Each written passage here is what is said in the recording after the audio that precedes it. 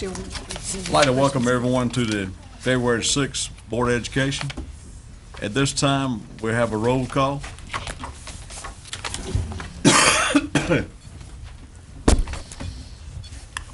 Roll call.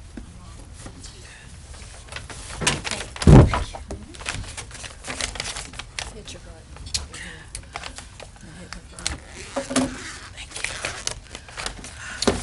Thank you. At this time, let's rise and do the Pledge of Allegiance. Jill? I pledge allegiance To the flag of the United States of America and to the republic for which it stands, one nation, under God, indivisible, with liberty and justice for all.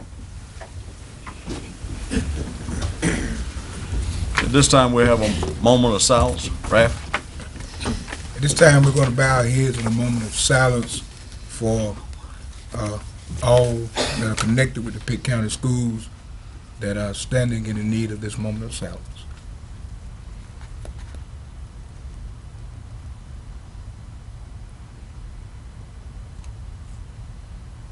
Thank you.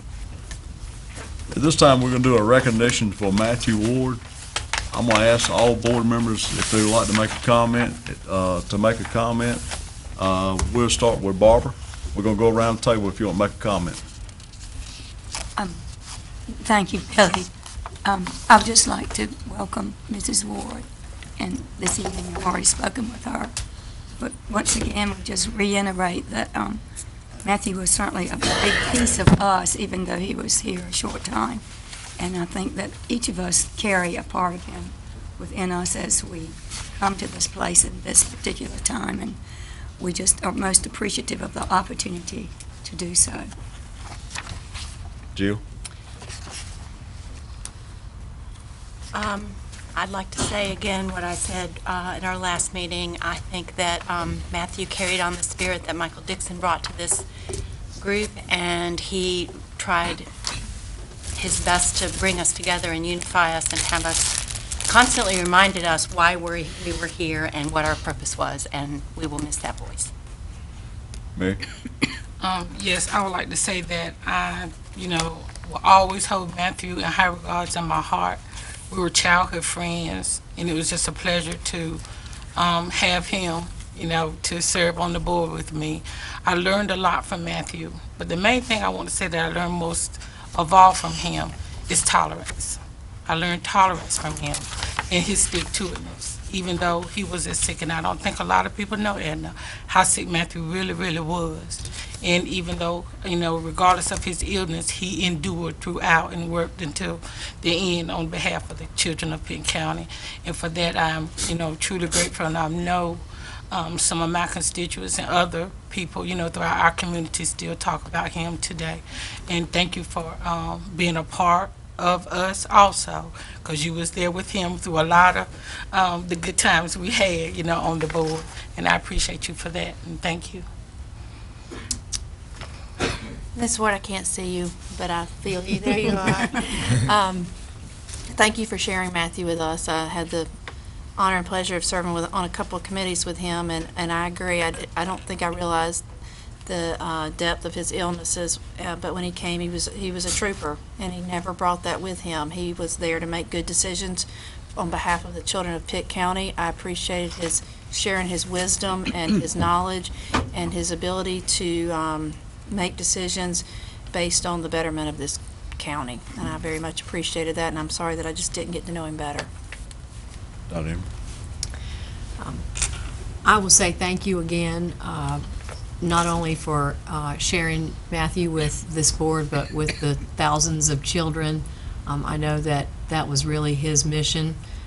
He surprised us pretty much every meeting by saying, well, this week I visited South Greenville, or this week I showed up at, and I think in particular always had something positive to say about those visits. And sometimes we get caught up in the problems and the issues, and we don't stop to think about all the good that's going on.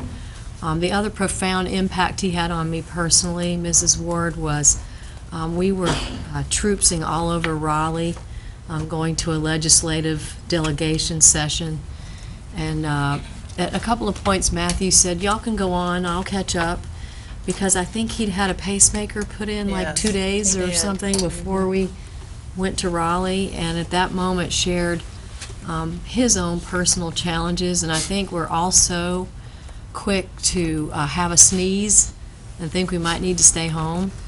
And I just think he set a really powerful example. When he came up here the week before he passed away for the Teacher of the Year review, he was in the greatest spirits. It was just really a blessing for all of us to have that special time with him, because as he always did, it made us all feel good about the work that we're doing. So he will be greatly missed. Right. Edna, you knew that one of his greatest desires was to be a member of the Pitt County Board of Education, and I've already spoken that he respected Michael Dixon and myself so much until he told us, as you know, that he would not run against us, but if we ever decided not to run, to let him know and he would run. And it was a pleasure for him to work with us on the Pitt County Board of Education, and also in District 1. We were able to work together to work on the problems of District 1. And you know, we were personal friends, and we both were top dogs. And it's just been a pleasure to have him, and we were partners in the ministry as well. So thank God for him. Benji? Ms. Ward, one of the testimonies of a great man are the people that he touched. And Matthew touched many, many people in this county and throughout eastern North Carolina. And I got a chance, some honor and privilege to witness some of that when I went to the visitation at the church, and the overflowing crowd of individuals that were there to show and pay their respects to the family on behalf of Matthew was something that I'll always cherish and remember and appreciate being a part of. And Matthew's spirit will always be with us, and Matthew's great character and example will be here for generations to come, because he instilled that in so many young people in Pitt County. And for that, I'll always be appreciative. Joan? Ms. Ward, thank you for sharing your husband with us. Anybody who sits on this board knows that being in this chair is very much not an individual effort. If you don't have your family behind you, you cannot be a member of the Board of Education. I would also mirror Mr. Forrest's comments. I would say that his church, I'm sure, feels the same way after going to the visitation, and that overwhelming response. He touched so many people's lives. We're a better board because your husband was on this board, and we are all better people because we knew your husband in some way, shape, or form, and that's a special thing.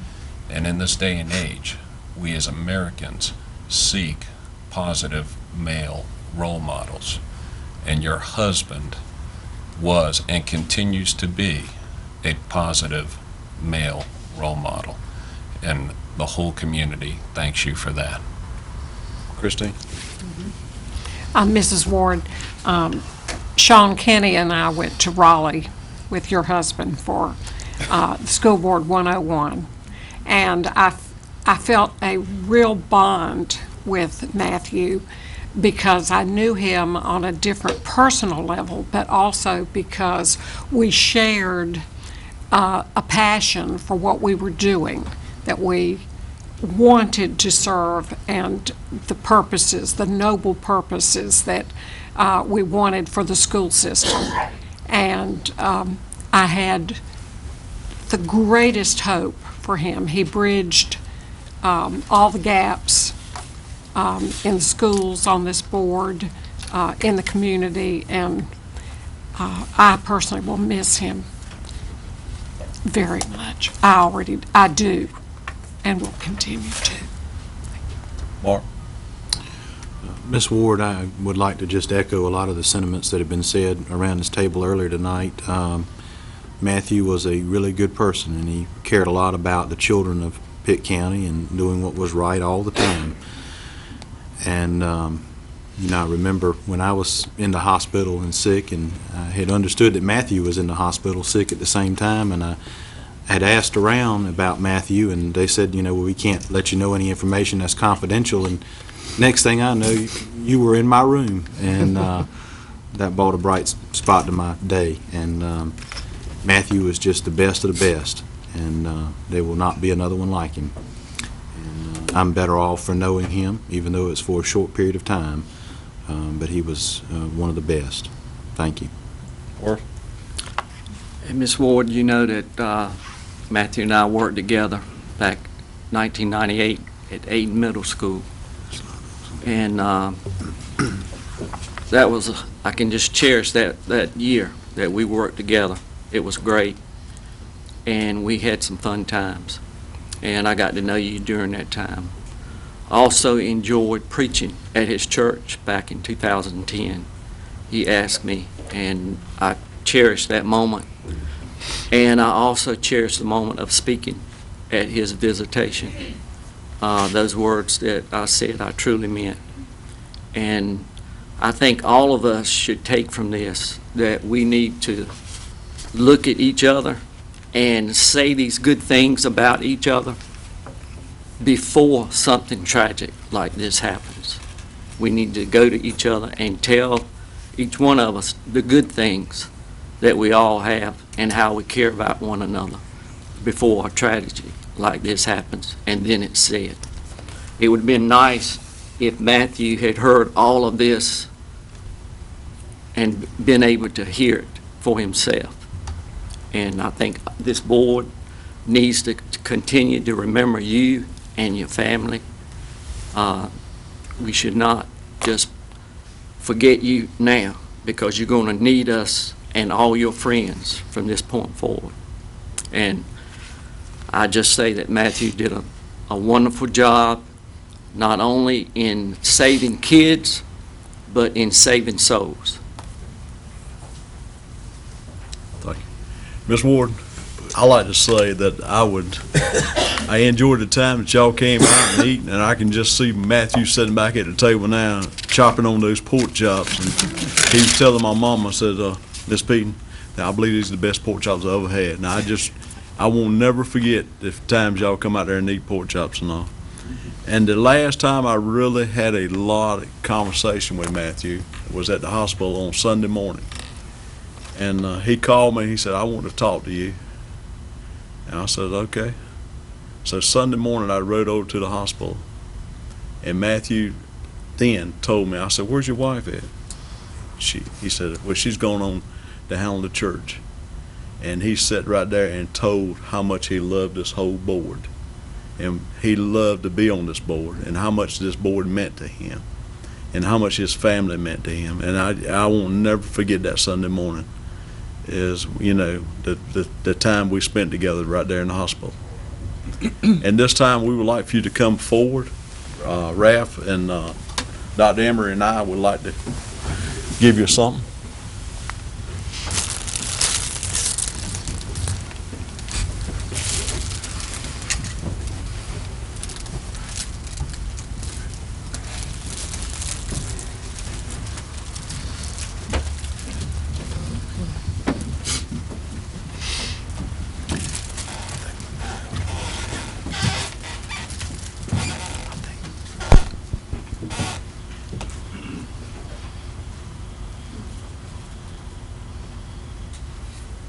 Board, on behalf of the Pitt County Board of Education, as has already been stated, we thank you for serving with Matthew and helping him to do all he had to do for the board. And it was because of your being so nice, so sweet, and your support of him, he was able to do it. And we just want to give you your rose while you can smell it. See the beauty that they bring. Ms. Ward, on behalf of the board, we would like to give you Matthew's name plate. Appreciate it. Thank you. I just get to give you a hug and say thank you. Thank you. Appreciate it.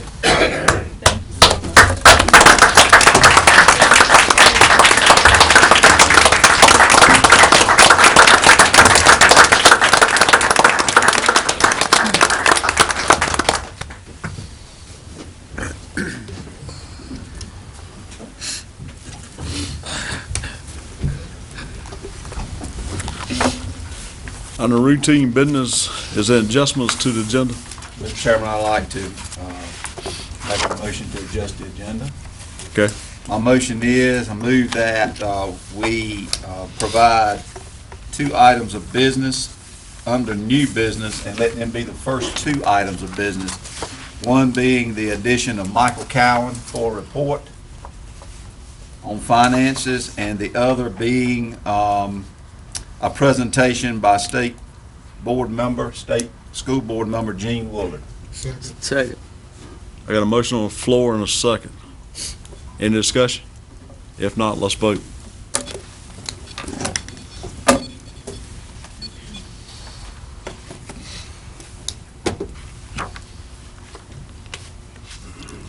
Representative.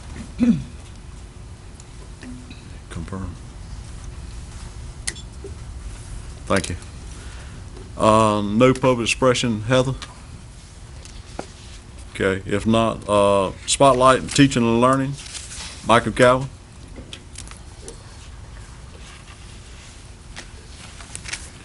Good evening. Good evening. Good evening. I remember back in October of 2008, I had a finance committee meeting, and that meeting was to present the audit for that fiscal year.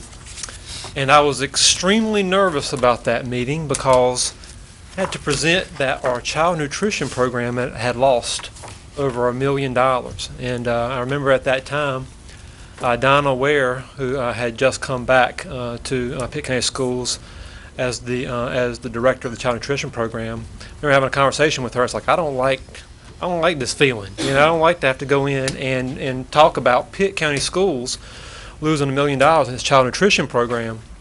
And I remember when we presented that to the Finance Committee, we had a list of recommendations and items that we were going to really emphasize over the next coming fiscal year in order to right the ship. This was a time in our state where all child nutrition programs had been struggling, but that had never happened at Pitt County Schools. So we sat down and we put those items down on paper, and we continued to review them.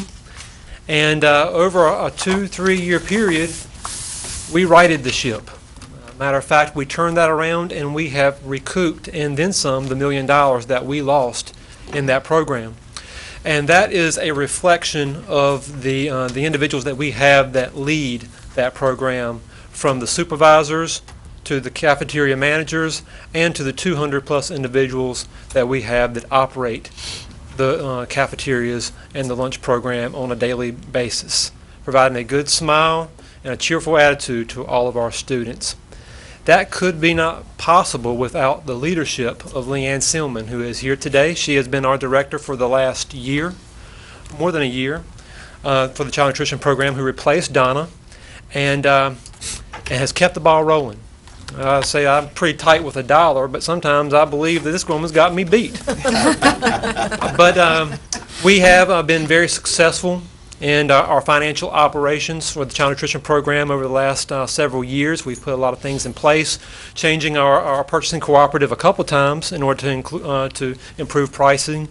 We've relied more heavily on USDA commodities within our menus, and we take a streamlined look at our staffing and on a monthly basis to make sure that we are reacting and we're adjusting to the actual utilization within our schools.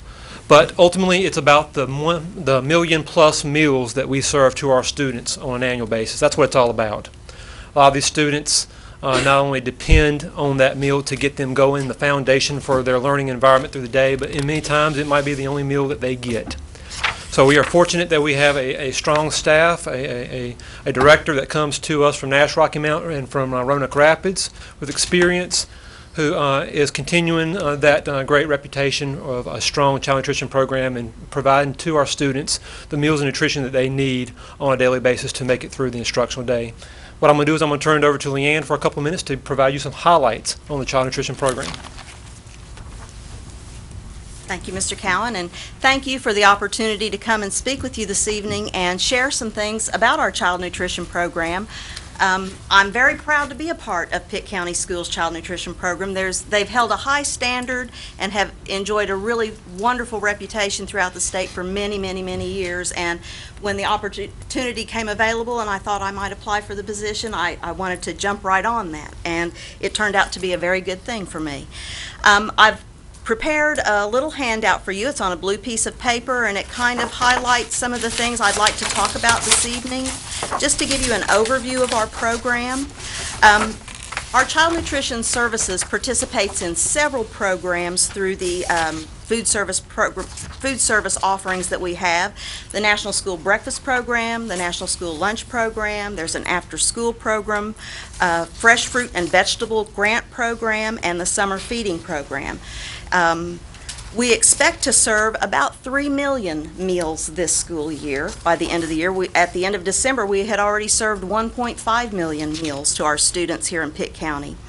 That's inside the schools. Outside the schools, we're also catering to several different agencies. We do the Juvenile Detention Center. We serve them 365 days a year, 3 meals a day. We also provide meals to several daycares, some Head Start providers. We do some catering functions, and we do some special events, and we also manage all of the vending here in Pitt County Schools.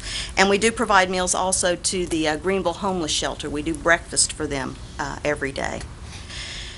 The economically disadvantaged students in our school number 14,200 this year. That's about a 57% system-wide number. We're happy to be able to serve the needs of those children that are from economically disadvantaged homes.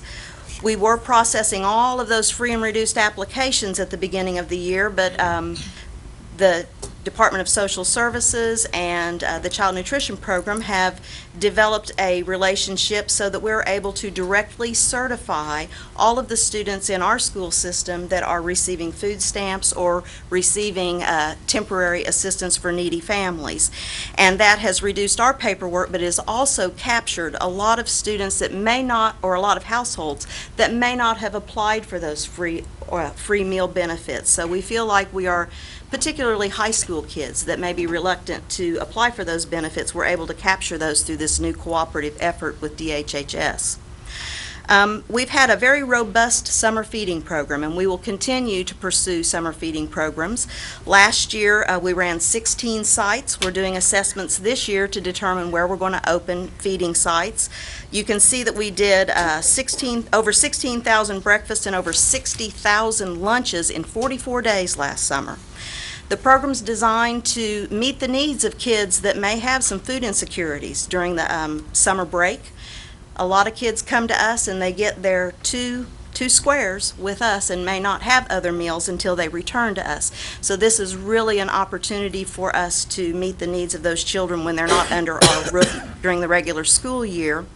The other part of it is it offers additional days of employment for about 40 of our child nutrition workers. So that's another great benefit of that program, and that program pays for itself through the funding that we receive back for meals served.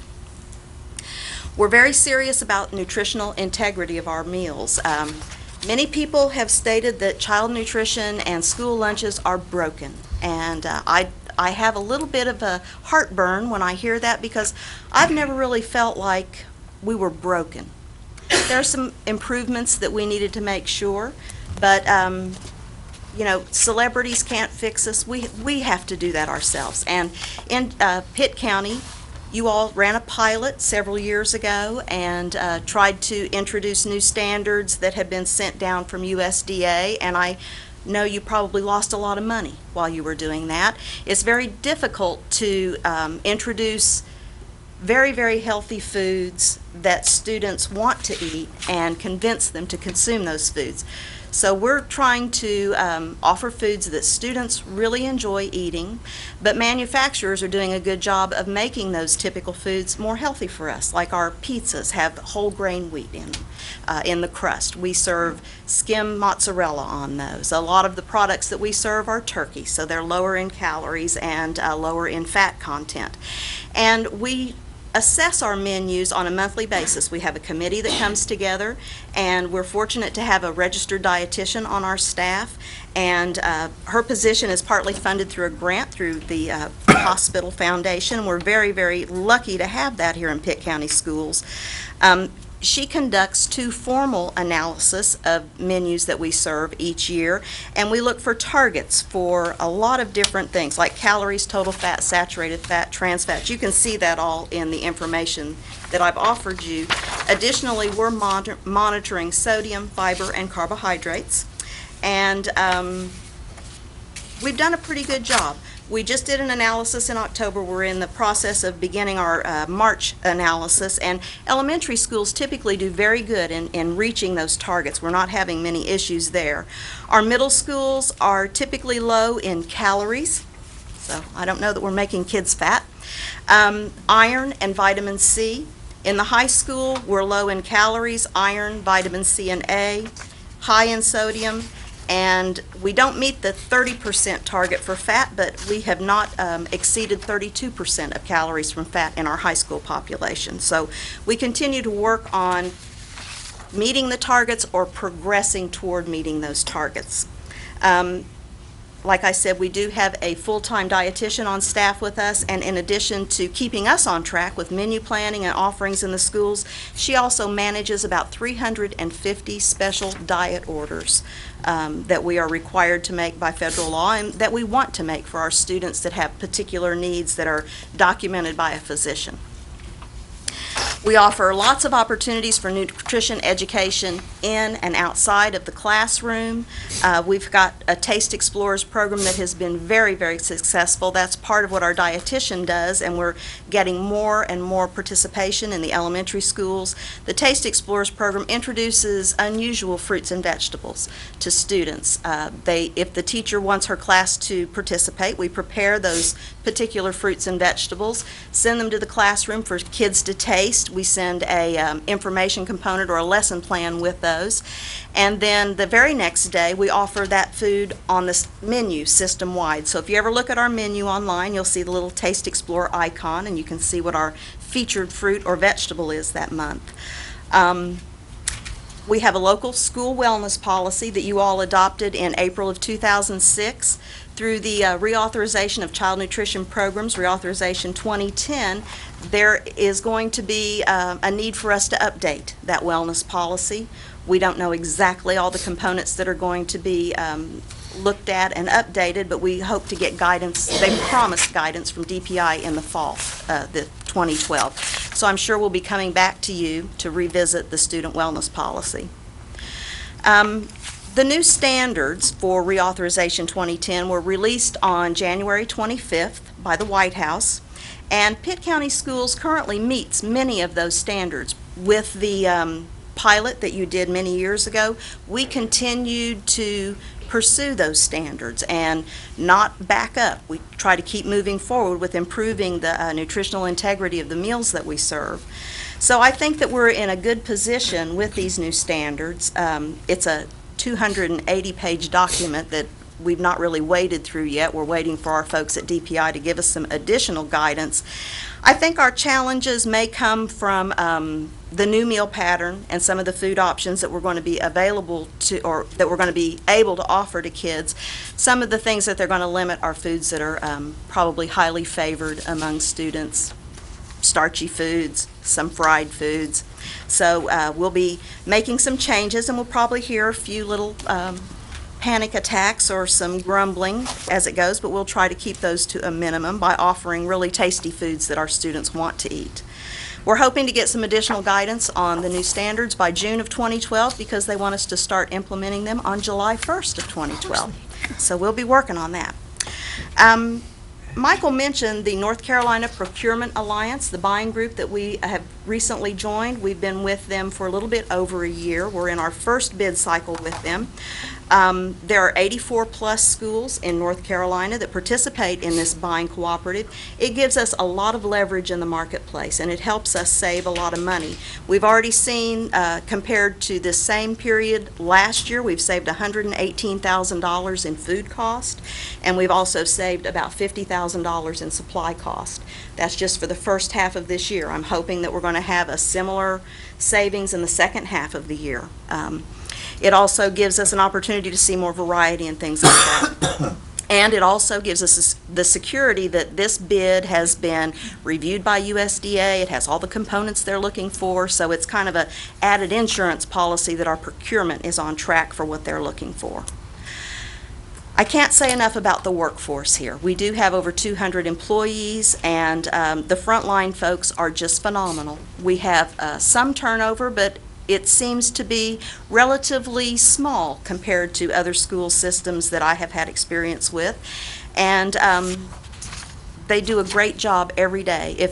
If we all could just step in their shoes for a little bit, you'd probably be surprised at the expertise that these folks have to have. They have to have a lot of endurance and a lot of energy, and it's not a glamorous job by any means. It's really tough work, and those folks are very loyal. They do a wonderful job.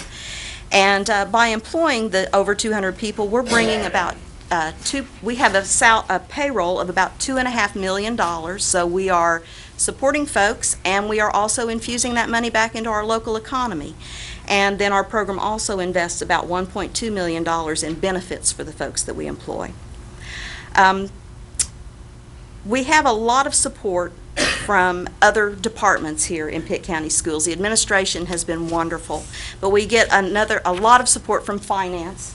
Michael Cowan, we really appreciate him and all of the work his department does on our behalf. Facility services, they are just wonderful. They are very attentive to our needs, and we actually have 3 facility services men that are dedicated to our child nutrition program, and they're very responsive, able to react quickly to our needs. Human resources and the technology department, they also are just right there for us and helping us. I'd like to recognize some of the staff members that were able to be with me this evening.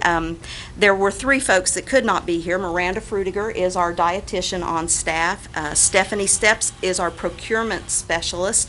She was a manager at J.H. Rose and came into our department last year in April. And Nancy Gable is one of our part-time receptionists. Those 3 ladies were not able to be with us this evening, but I was able to bring some of my other staff members, and I'd like to recognize them. They're at the back of the room. They came early so they could sit in the back.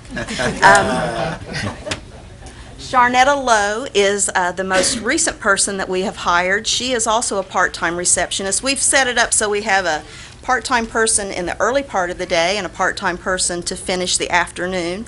And so Sharnetta has come to us from Kinston, and we're very happy to have her. She's learning the job and catching on really quickly. Valerie Lindsay is one of our supervisors, and Valerie, in addition to the supervisor's roles, which is being out in the schools, assisting the managers, doing troubleshooting, they have too many roles to even list for you, and they do some some office support work when they come back up to the central office too, so we all do a little bit of everything. But Valerie has developed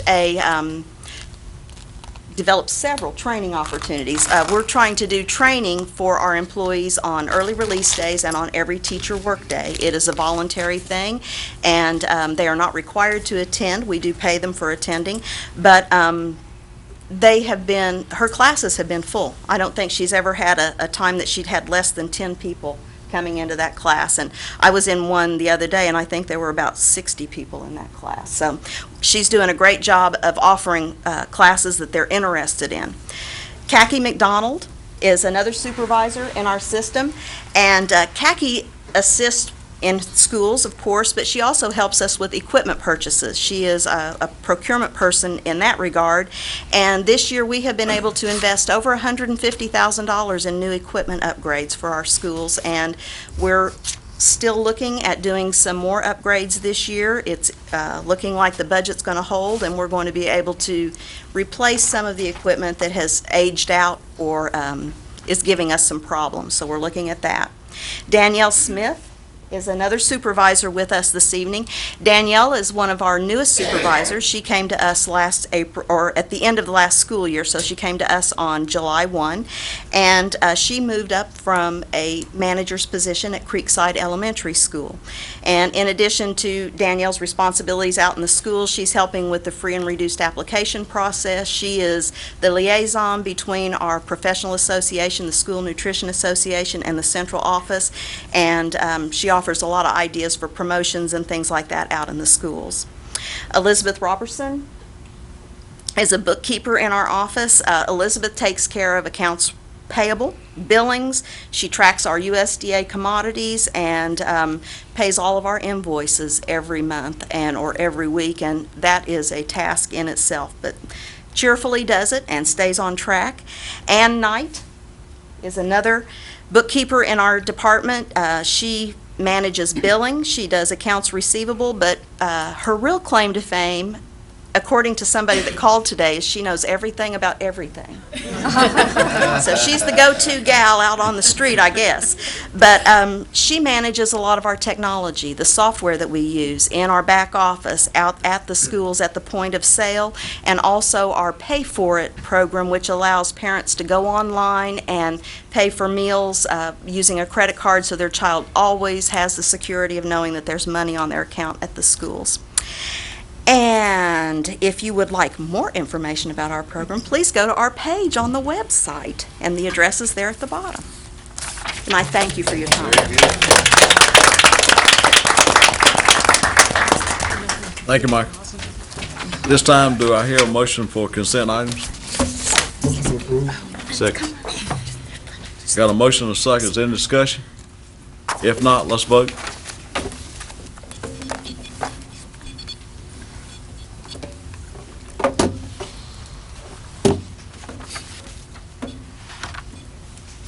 Thank you. At this time, I call on Michael Cowan. Good evening. Good evening. I'm back. One of these days, this is the time of year where you start to see a lot of me. It's my goal to one day stand in front of you and have some positive, good news to talk about. But I want to give an overview of some information that we've gathered from our county government over the last several days. I'm going to go into the impact it'll have on this year and potentially next fiscal year, and how that may impact us moving forward.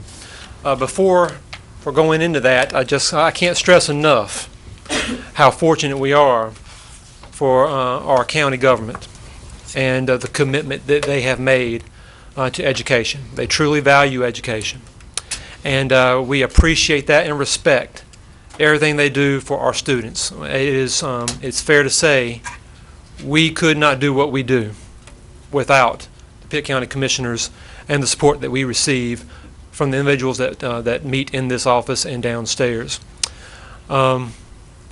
We learned some information over last week, and it's humbling, basically. The county government, as well as Pitt County Schools, are in this together, and we're facing some major budget issues moving forward. I'm going to recap some conversations that both Dr. Emery and myself had with the county manager last week, and it deals primarily with the current fiscal year budget, as well as projections for the 2012-13 fiscal year as well. First of all, the current fiscal year. When we met with the county manager, basically he presented to us that this fiscal year they're suffering about a $1.2 million budget shortfall. And that is coming, and I'm going to try to recap this the best I can because it's not our budget, it's theirs, but I think I pretty got a good handle on the numbers. That $1.2 million shortfall is coming primarily from reductions in budgeted revenues, shortfalls in revenues from compared to what was budgeted. And basically the county has been relying on their fund balance over the last couple of years, and the county manager is trying to maintain a certain level of that, and which is a prudent position to somewhat to be in. So what they presented to Dr. Emery and myself is a scenario where budgets of various agencies, both inside the county government and outside, would be reduced this fiscal year to make up the $1.2 million. When you look at the distribution of their budget, the percentage or the dollar amount that Pitt County Schools budget would be reduced is approximately $387,500, and that's for this fiscal year. Basically, the county manager wanted to meet with Dr. Emery and myself to give us a heads up on the proposal that he would be taking to the county commissioners this morning as far as a direction to take in order to balance their budget. From what I understand, we were not at that meeting this morning, but from talking with the county finance officer, I believe that the budget approval was given for the county manager to do what was necessary to balance the budget this year. So for the remainder of this fiscal year, we're looking at $387,500 in our county appropriations. So that'll be taken between now and the remainder of the fiscal year. What we need to do, Dr. Reap and myself, to analyze how that will be taken, whether it would come out of capital or operating, and then maybe bring a recommendation back to the Finance Committee, or at least an update back to the Finance Committee, how we will handle that for the remainder of the fiscal year. So that's the first part. The impact to the current year operating budget, not only for the county government, but for Pitt County Schools as well, $387,500. The county manager moved on to share with us the projection for the 2012-13 fiscal year. As it stands right now, the county government is projecting, I think, approximately a $6.3 million budget shortfall for next fiscal year. And that also is coming primarily from two areas, a reduction in revenues from that which was budgeted this year, as well as property revaluation. Properties being revalued in Pitt County this year. And from talking with the county manager, they're projecting at least a 4% reduction in property values as a result of that process. Given a 66.5-cent property tax rate, a 4% or greater reduction in property values would result in a significant reduction in property tax dollars. And as we know, property tax revenues are the primary source of funding the operations for Pitt County Schools. In order to stay revenue neutral, to generate the same amount of property tax revenue with a 4% reduction in values, it would take about a 3% increase in the property tax rate, going up to a budget neutral rate of 69.5 cents. Now, if the county were to move forward with a budget neutral property tax rate, 69.5 cents, it's my understanding that the county government would still be looking at about a $2.7 million budget deficit for next year. So given our percentage makeup of the county budget, that impact to us could be anywhere between $500,000 to $1 million. It's hard to say until we get to specifics, that we could be looking at a potential for a reduction in our county appropriations.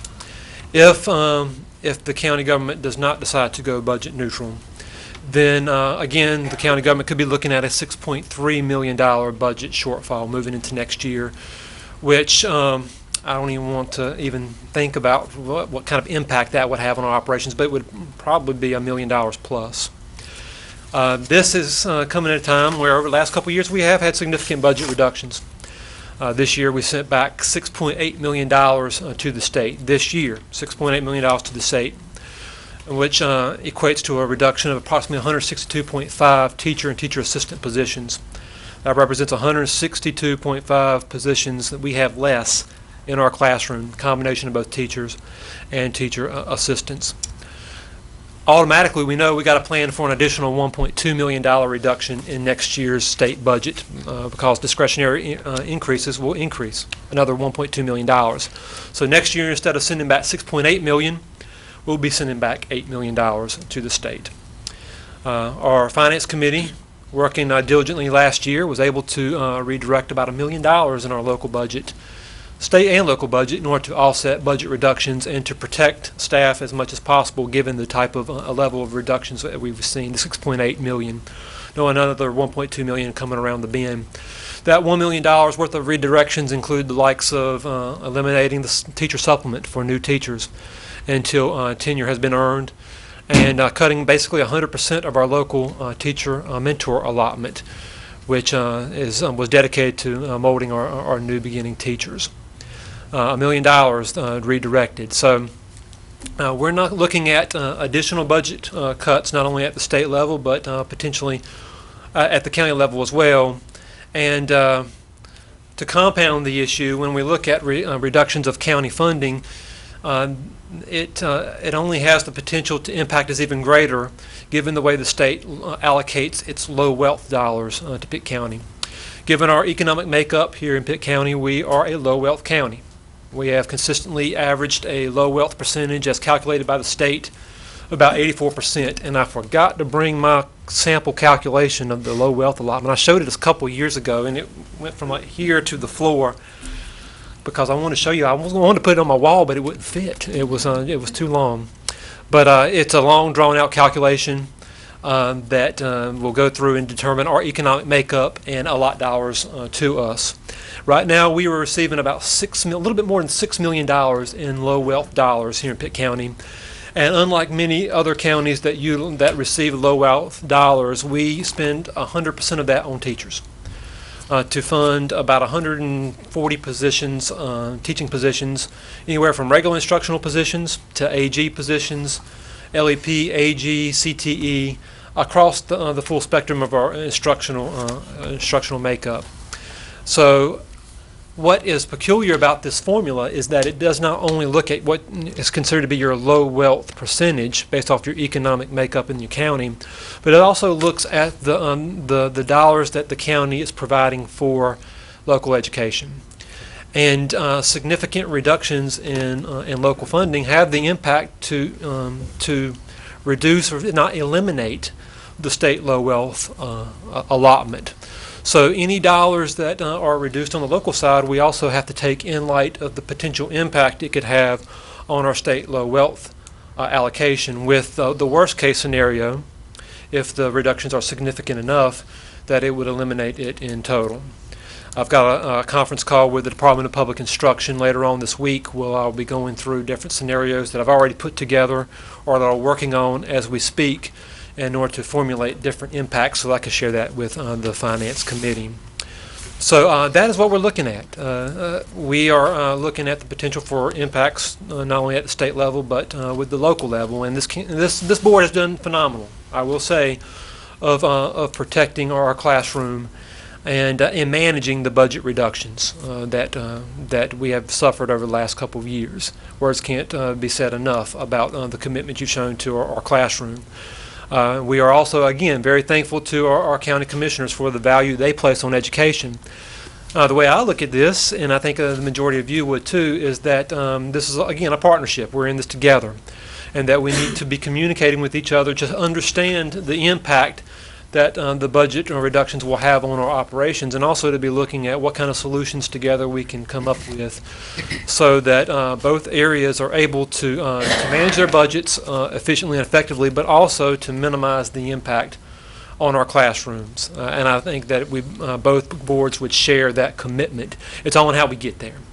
It's early in this budget process. We're only in January, so we've got a long ways to go, but I think it's important that we start having these conversations now as a board, as a finance committee, to determine what what directions we need to go as we continue to move forward in the budget session.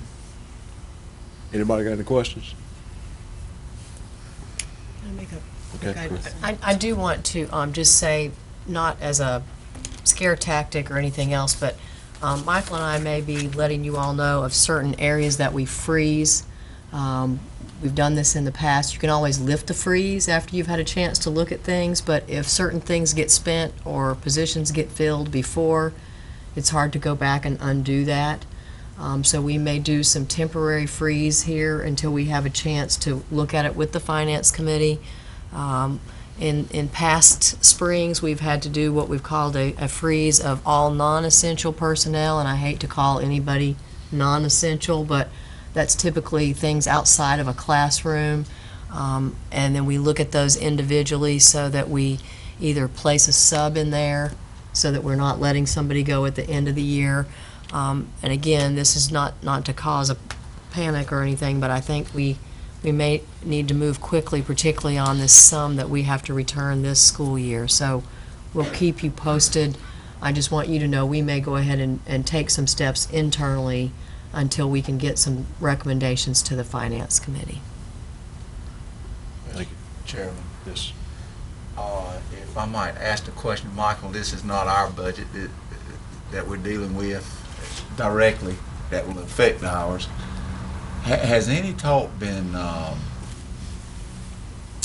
corresponding with county manager or whatever as far as the expectant new growth in Pitt County? What, in other words, would that counteract? And maybe that's not the right question to ask tonight. I don't know. Yeah, I do not know if that question's, I understand what you're saying, and I do not know where they are in looking at that growth. That would definitely impact the numbers, I believe, on the county government side, and is a very good point. But I'm not privy to that information. That has not been shared with Dr. Reap and myself. But I could ask the question if you'd like tomorrow morning. I can get with Melanie. There was some projected increase in the federal bed revenues, but that was the only line item I recall us seeing, but I don't think we got to look at any projected new. That was standard revenues, and was there a projected increase in those standard revenues? Thank you, Mike. Excuse me, Jill. Michael, just a clarification to make sure I'm understanding this correctly. When you talk about revenue neutral and whether or not that decision is made by the county, that obviously has a big impact on next year's budget. So what that means is with the reval and the values going down, there's less money coming in. Exactly. So taxpayers are would be paying less than they did last year. All things held constant. I mean, there could be some increases, some.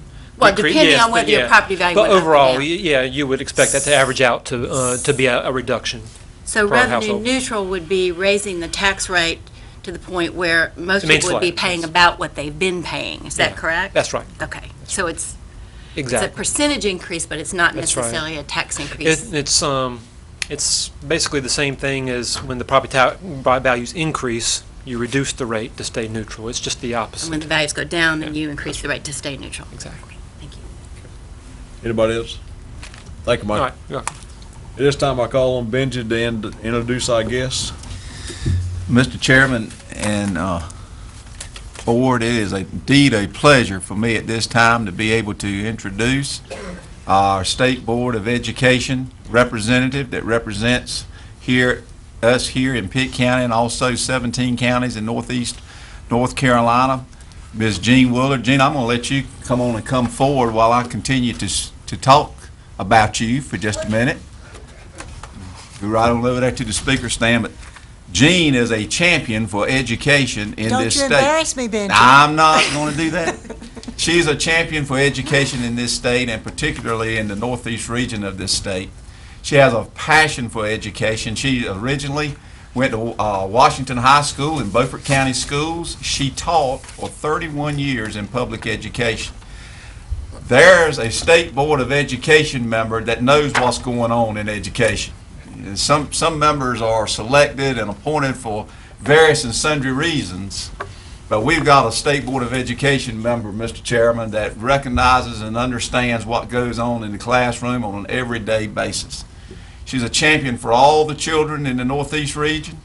She has a passion for education and for its issues. And if there is a challenging area of the state to have to represent, it is indeed the Northeast region. And so with that having been said, there is none better that I think is more prepared to be able to represent us in a more positive way than Ms. Jean Woolard, and it is an honor to present her at this time to our board. Thank you, Benji. I appreciate those kind words. It is indeed a privilege for me to serve on the State Board of Education, and I was very honored when the governor saw fit to appoint me for that position to represent the northeastern region of the state. And every time we meet once a month for 2 days. And every time we go up there, I'm reminded again that I represent an area of the state that's unlike any other area of the state, and I have to constantly remind my fellow board people that that everything out there is not like it is in Wake County or Guilford County or Mecklenburg County, that we are indeed a rural area. Now, Pitt County has Greenville, which is unique to this area, and it is rather metropolitan. A lot more so than it was when I went to East Carolina 2 lifetimes ago. Most of what now surrounds the county was in tobacco fields at that time, so you know how long ago that's been.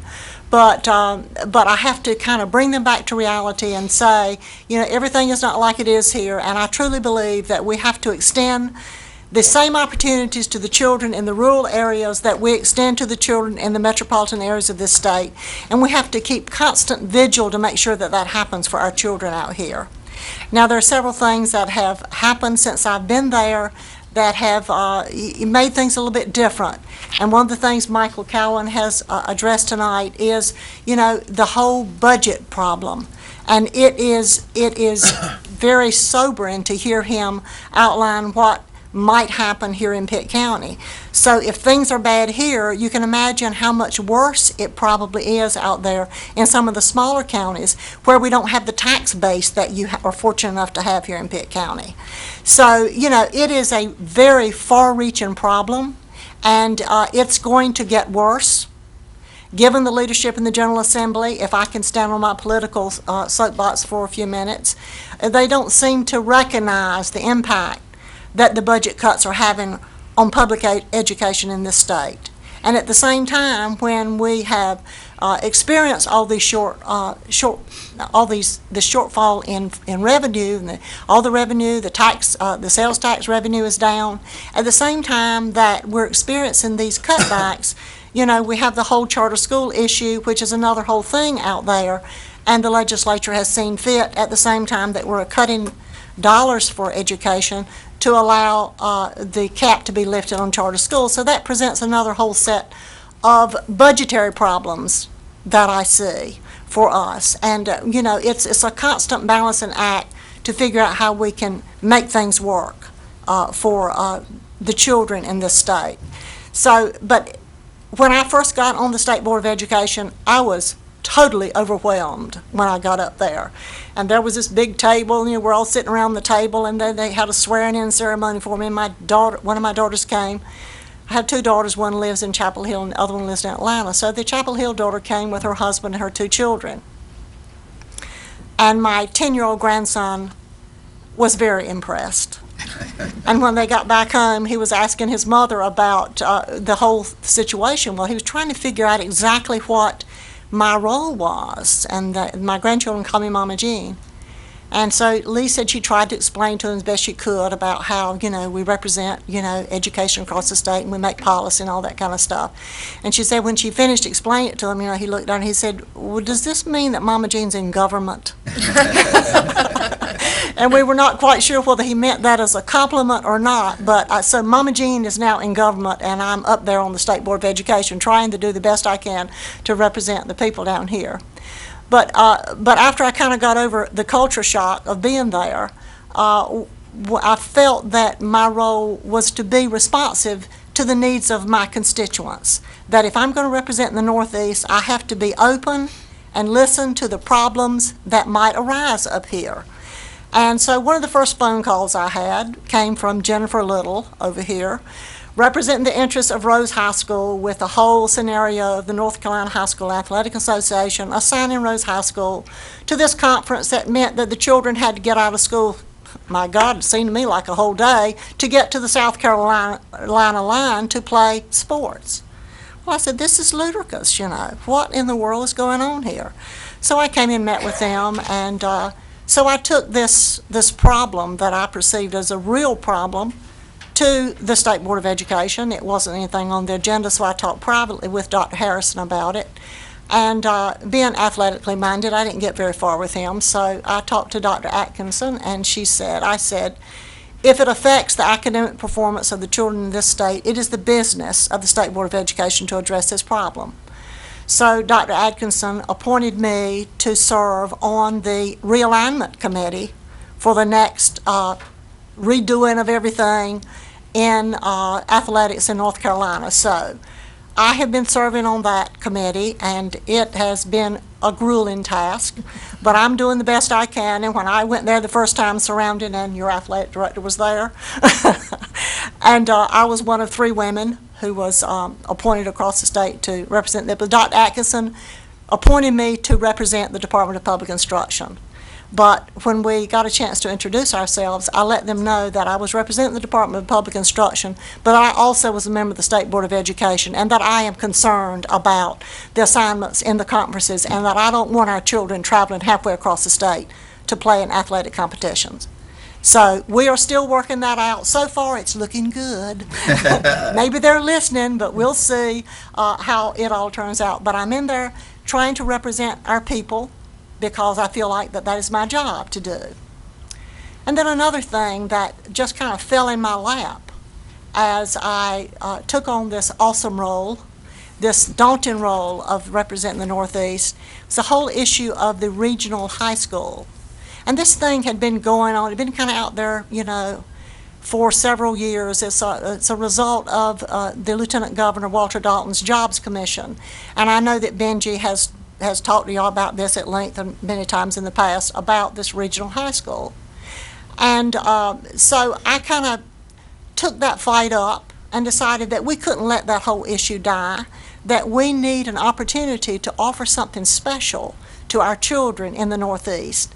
Everything, again, is not like it is in Pitt County, even though you have some rural areas. I live in a county that has 12,000 people in the whole county. We have 4 schools in the entire county. Terrell County, right next to us, is even smaller. Martin County is a little bit bigger, but we're in a very rural area, and this regional high school gives us an opportunity to do something special for our children here. And so we were able to form a partnership. First of all, we had to get the legislation through the legislature, and that was no easy task. But we managed to do that with the assistance of the Northeast Commission, of which I'm a member. And those people understood what this was all about, and that this regional high school, focusing on agri-science and biotechnology, could become an economic hub for the less populated areas. And this would give us something to work toward, to have our children stay in the Northeast rather than going away to the bright lights of the cities and going to college and never coming back. We need to keep our children here. Well, we have a lot of bright minds, and we don't need to lose them all to the Piedmont. We need to keep them here in the Northeast and make our Northeast grow. So that has become a passion of mine, and I've had a lot of help with the Northeast Commission, had a lot of help with other boards of education, and I'm so appreciative of the fact that Pitt County chose to enter into that agreement with 4 other counties and become a part of this regional high school. And I'm here to tell you tonight that we're going to open that school this fall, and we're going to make it happen. There was no money attached to the bill, but so we've had to go out and seek private funds to help get it up and going, because we won't have any money until we get the kids and have the ADM money. But we have already gotten some money, and we're out there looking for more. So we're going to make that school happen. We're going to hire a principal within the next month, I would say, and then this principal is going to go forth and find the best teachers that are out there to teach in this regional high school. And I believe that this can be the beginning of a new way of delivering public education that will be more cost efficient in these sparsely populated areas. If we can have these specialty schools and reach across county lines, we can reduce the overhead, and our children can have opportunities. That doesn't mean that we're going to ship our K through 5 kids across county lines. We can still keep our our area schools, but we can, at the high school level, we can reach across county lines and have more opportunities for our students. And this school will have grades 8 through 12, and in that 5 years, a kid can earn up to 2 years of college credit and then transfer to the university system to earn a degree. But we're going to make that school happen, and I'm very excited about it. The other thing that I have seen as a shortfall in the area is that our lack of infrastructure. We don't have internet access out there in in a lot of the counties. Billy says that up there where he lives, they even have some problems. So the kids go home and they don't have the use of a computer, even if we give them one from school. They won't have any internet access when they get home. So I see this as something that we have to correct if our children are going to have the same opportunities that they have in other parts of the state and nation. We talk about the global economy, making our children globally competitive. The governor uses that term a lot. And we have to make that happen. In order to make it happen, our kids have to have access to internet, just like all the other kids. So I'm involved with a group, nonprofit group called Northeast Rural Broadband. You'll probably see that bandied about. And we're working on that to bring internet access to the boonies of eastern North Carolina. So next week, or no, later this week on the 9th, we're having our first outreach meeting, which is a meeting that we've invited business leaders and government people from Washington County, Martin County, and Bertie County to come to a meeting at the college there in Martin County, Martin Community College, for us to have a dialogue about, how we can, make this happen. My group has kind of control of the fiber that's going to run from basically a loop all the way around the northeast, and we're trying to make the connection with last mile providers, which would be your local company that would actually go into the homes and make this happen. So I don't understand all the technology, and I asked the people, I said, why do you want me on this board? And they said, well, we've got to have somebody who go out there and talk to people. I said, well, I can do that, but I don't understand how it works. I just know that we got to have it. So I'm trying to make that happen, and I feel that is an important part of my role on the state board, to take on these extra things that need to be done out there and see that we make the opportunities there for our children. I appreciate the opportunity to address you, and Billy told me, I told him I didn't have much to say, and he said, that's good, I got to get up in the morning at 4 o'clock. So I guess I've finished, and maybe you can come and get some sleep pretty soon, huh? Thank you so much for having me. Thank you. Thank you, Gene. This time I call on Ralph for Human Resources update. I'm going to call Delida Jackson around to give us a human resource update on the 2012-2013 school calendar for first reading. Good evening. We have before you two documents, the first reading of our proposed calendar, as well as an overview of the calendar. Of course, we know that there was legislation passed that we would have 185 student days, and so we have been anxiously awaiting for the final resolution on that. However, we are continuing to propose our first calendar that does include 185 working student days, and we know that there's a proposal out there to have a waiver. We did apply for a waiver, and we're waiting for that process. But at this time, we're going to move forward so that we can begin the business of Pitt County Schools for the 2012-2013 school year. And so before you have the calendar, and there's also an overview sheet that shows you our proposed 9 weeks, 6 weeks, system designated days, and early release days. When you look at this calendar, you will see that there are very few teacher work days. Most of them are at the beginning of the calendar in blue in August, and the rest of them are at the end of the calendar in June. That is because we, on a very tight calendar, to have 185 student days, we had to make some different changes, different than what we've had in the past. So therefore, we do not have any teacher work days embedded within the time period of the 27th of August up to June 10th. We are still under the requirements for the beginning of school between August 25th and June 10th for the last day. Of course, the 25th is on a weekend, so therefore the 27th is the first available date for students to enter our buildings. Also, when you look, we have some changes in December, where we have a shorter period of time for our winter break, but it does carry into the Tuesday of January. So we have several days. It's just that it's not our clean 2-week process that we're used to for that. In April, we do have our spring break, which is around the holiday time. And you'll notice in the brown that you have 6 early release days noted. We have had discussion in several places about additional early release days, but that is not indicated here. We have listened that know that there's been some concern about teachers having time to even work in their room at other times. We have listened to that, and we'll analyze the calendar hopefully before the second reading to bring forth to you some other information. But this is our first draft of the calendar and want it presented today for questions. I got the waiver you're talking about. That is dealing with those 5 days. Is that correct? That is correct. It's where the teachers could work in their classrooms. Well, no. The waiver that we presented was for 4 days, and what the criteria was is that had to be used for professional development. Okay. And that is related to our, of course, Common Core and Essential Standards that will be rolled out this upcoming year. So it would And not a decision has not been made from the state in That is regards. That is correct. Mark? One concern I have is as far as with high schools being able to turn around a semester in January, in particular with no work days. I mean, as far as computing averages, pass, fail, and then getting those students, as far as the high school principals being able to turn around a schedule and reload those students into classes, Algebra 1, English 1, Biology. And I mean, start it's a second non-existent. Could we at least have an early release day?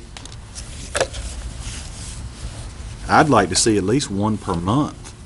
And that has particularly- been discussed. Right. I consider that. think that would be, I know in one thing that we did in Edgecombe County, we had 2 early release days back-to-back on those days when exams were done. That's one way we've gotten it in this year, where we've been able to give the principals and the teachers some breathing room so they could be able to accomplish some of those things, to turn around some of their record keeping. I mean, I just feel, for the classroom teachers, I mean, it's horrible. And I think the more the legislature can hear this, I know it's an inconvenience to parents, but one thing I would say for you to do, parents having to get off work, make sure you contact members of the legislature and say, you know, in order to accommodate your extra days, I'm having to miss time from work, so we're missing robbing Peter to pay Paul here in terms of what's paying what dividend. So I think that's important that the legislature hear from members of the community about how this calendar is impacting them. You know, it's very, very difficult to turn our schedule around in a short period of time. I agree. And I know, I'm not saying this reflecting Yes. against you, I'm just saying the parameters are getting to the point it's too They're very tight. tight. It's too very, tight. very tight, and we have discussed that, and we are going to go back and revisit, but we wanted to go ahead and present the calendar for first reading because we are on a deadline when it comes to setting up the calendars for NCYs. And so that is being highly considered. Christine? Is it safe to assume that the marking periods are going to increase proportionately? We've So, tried to, 91. yes, tried to put, the second semester has a heavier load because of the fact of when the days arrive. When you have a lot of holidays in your first semester, it's a little bit harder to make it even at that point. So that's why you see more on the second semester end of having 94, because it's hard to squeeze 91 with those winter breaks and things in there, holidays. Joe? I would reiterate Mr. Wichard's concerns. Secondly, Ms. Jackson, looking at the spring break area in 2013, do you know when Easter is, what day? I do think that chance. Easter is that Sunday, the 31st of 31st of March. Just after. I would just go on record. I can't support any school calendar that would have us in school on Good Friday. That's all. Thank you. Anybody else got any questions? Jill? I would just like to echo what Mark said.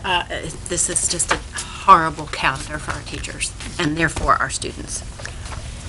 And I know it's not your fault, Delilah, but. To that end, it would help us at first reading to feel we had consensus here for one day a month, or I like the idea of the 2 back-to-back at the semester, if the board is supportive, because we do feel our teachers are at the breaking point, and we Yeah. don't like having to do around the back door, but I just feel like we owe it to them to listen, and if you all are nodding here, we will bring you a second reading that has, and the idea here is that these are not training days, these are early release days that Yeah. give teachers some time can back, which they don't have in this. I couldn't support it unless there were early release days in the calendar and Good Friday. Mark? The one thing I would like to say is, I think certainly part of this calendar is reflective of Bass Knight's bill, and I think a lot of people around the state would refer to that. I think it's maybe time for the state to revisit the tight parameters of start and end, and certainly local school districts don't need to get out of control with backing it up into early July like it had gotten, but being prudent with that, I mean, it's so tight now as far as the start and stop that it's forced this parameter that we have now, and I think if there could be some, the state is certainly scrutinizing every area with less and less money, but I think we need to have some working room here in terms of how the calendar can operate. So maybe if this board wants to send a resolution to the state asking that they revisit that calendar bill, that would help us with having to have so many. Mark, we did that. Okay. We did that. We sent the information when we had the waiver. Yeah, last year. We keep sending it. I just have a Same. question. I don't know if it's legislated or whatever it is, rules come down from above, but the idea of having a work half day in each calendar day or whatever, and the only one that doesn't is January. So is the suggestion here or the idea to have two half days, Wednesdays and Thursdays after they come back, so they could have more time to get ready for the new semester? Is that your point? It typically falls in high schools when they're finishing their exam period that week. Right. Typically, Okay, those I was last just 2 days, and it really doesn't impact students because most of the students are not able to be, well, actually it may impact here because we don't have exam exemptions. Correct. But, so all students would be here. Coming back, yeah. It seems to me what goes hand in hand with what we're talking about for the end of the semesters particularly is the exam schedule. And while we've been taking five days for exams, if we could see a tentative exam schedule that opened up the last 2 days with half days, and I realize some of that would be taken up, some after, the Thursday afternoon would be taken up with remediation, with retaking exams, and the Friday morning would, but by and large, that's going to affect a limited number of students. So We can consult with EPS that would help on a that. lot. To give a joining effort to present that. Yes. And also, one thing I wanted to mention closely is the makeup days, because typically we have makeup days on work days, and we take them back and make those student days. Yes, this does not afford us the ability to have any to take. So therefore, we've put the statement in there to try to at first protect spring break, because we know that's needed. But if we have more than 1 day missed during a week, we're going to have to resort to Saturdays as the first option. We're not going to really have a choice, because we'll be cutting into the number of student days that we're required to have. And if Saturdays, and we have multiple days in a week, we can only go a certain number of days per week, then we're going to have to look at our other holiday options. Anybody else got any questions? If not, thank you. Thank you. This time I call on EPS. Mark? If Ms. Olmsted will give the update on that.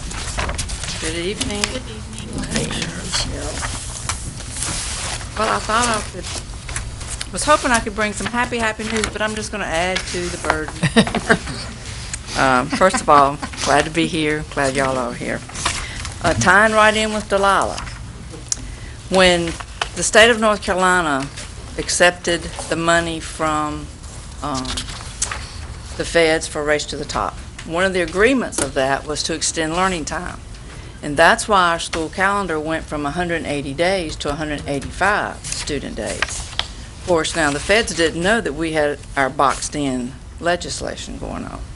So it seems prudent on somebody's part to say with these extended learning times now in 185 days that we really do need more parameters to be able to open this up. Yes. But first of all, I want to thank Benji for leading the meeting, but let me just go through the minutes very quickly.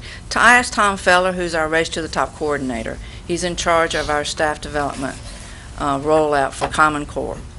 And so I asked him to come and present basically what we've started doing this year so far with rolling out training for Common Core.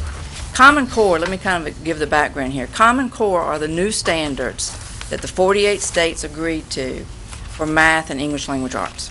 They're called Common Core. You'll hear Common Core Essential Standards. Essential Standards are the new curriculum standards for every other subject except math and English Language Arts. So basically, our Race to the Top plan that North Carolina submitted to the feds was that we were going to redo and update and have all new standards for every subject in every grade level by next year. At the same time, the agreement was we were going to do extended days, so our calendar would go from 180 to 185. And then we were going to have new assessments for these standards. And if you remember, Mary Robinson came and talked about the work groups that were going on, and they were going to be creating these assessments, and we were going to field test them in May. And so they have all these new assessments. At the same time that goes on, part of that Race to the Top agreement was that teachers were going to report their performance, and it was going to be reported to DPI. So one of the big reasons that I really asked Tom to come and talk about this is that the teachers are in the middle of this right now. And the stress level and what they're going through is really having an impact. And then they also sit and hear budget constraints, this going on. And so it just keeps piling, piling. So this is, he went through the year's plan where we first sent a team of 13 of us this past summer to be trained. We started with the principals, we started with instructional coaches, we started creating professional learning communities, which is where we train teachers to work together in small groups and teams to look at standards, to look at curriculum, and create lesson plans. How do you do that as a team? The first thing you got to know how to do is operate as a team. So we started with that training. Part of the reason we did that is we didn't know what the standards were yet. That was in October. Then we looked at the new verbs that were going to be used. In other words, the hierarchy of learning was they learned knowledge first, then they learned how to understand it, then they learned how to apply it. That's what we call that revised Bloom's taxonomy. You have to know it, then you have to understand how it works, and then you have to be able to apply it. And that's what Common Core is all about. How do we get kids from just knowing something to being able to use it? And so we did that training around November, December. And now we're starting to have after-school meetings. All the days that we got waivers for this year, we got 4 waivers this year on our 185 calendar. We've used those for training. And now we're starting to talk about how do we look at the standards and what's different. And so now that they know that the process of the taxonomy of learning, how it takes place, now we're going to look at the standards. And that's going to continue through to the end of this school year. At the same time that's happening, we're hoping that these new assessments, the field test, will be out around May or so. So we'll have an idea of what those tests start to look like. In June, we'll be contracting with the teachers to create the new pacing guides on Common Core and Essential Standards.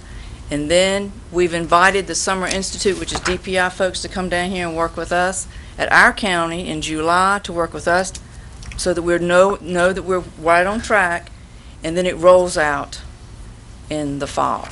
So all that's got to take place at the same time with all new standards in every subject. And so the stress level is just really high, and I wanted you to be aware of it so you'd understand kind of where teachers are coming from when they're talking about how much is on them, what they're responsible for, all the changes. It's a completely revamping of everything that we've taught ever and how we teach it. That taxonomy of how we teach it is going to be very different in the end. So I asked Tom to come and talk about that, and he talked about that to the EPS committee. So any questions about that portion? And I'll go into the next portion. Okay. Jill. Oh, Jill. You talk about professional learning communities, Cheryl. Is every teacher going to be involved in this? So every teacher will be a part of a professional learning. The bigger schools have already been doing this. You know, like you have a grade level of algebra teachers and stuff, but we've actually created the teams now across schools. Like if you only have one algebra teacher at a school, like Bethel only has one algebra teacher, well then we've put them together in meeting during these days.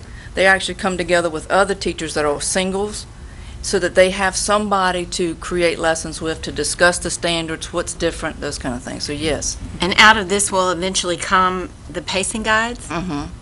Well, not from their meetings. Their meetings is just learning to do lessons and how do we talk about it. What does the standard say? We've asked for the principals to submit teacher names of people who are really good at what they do.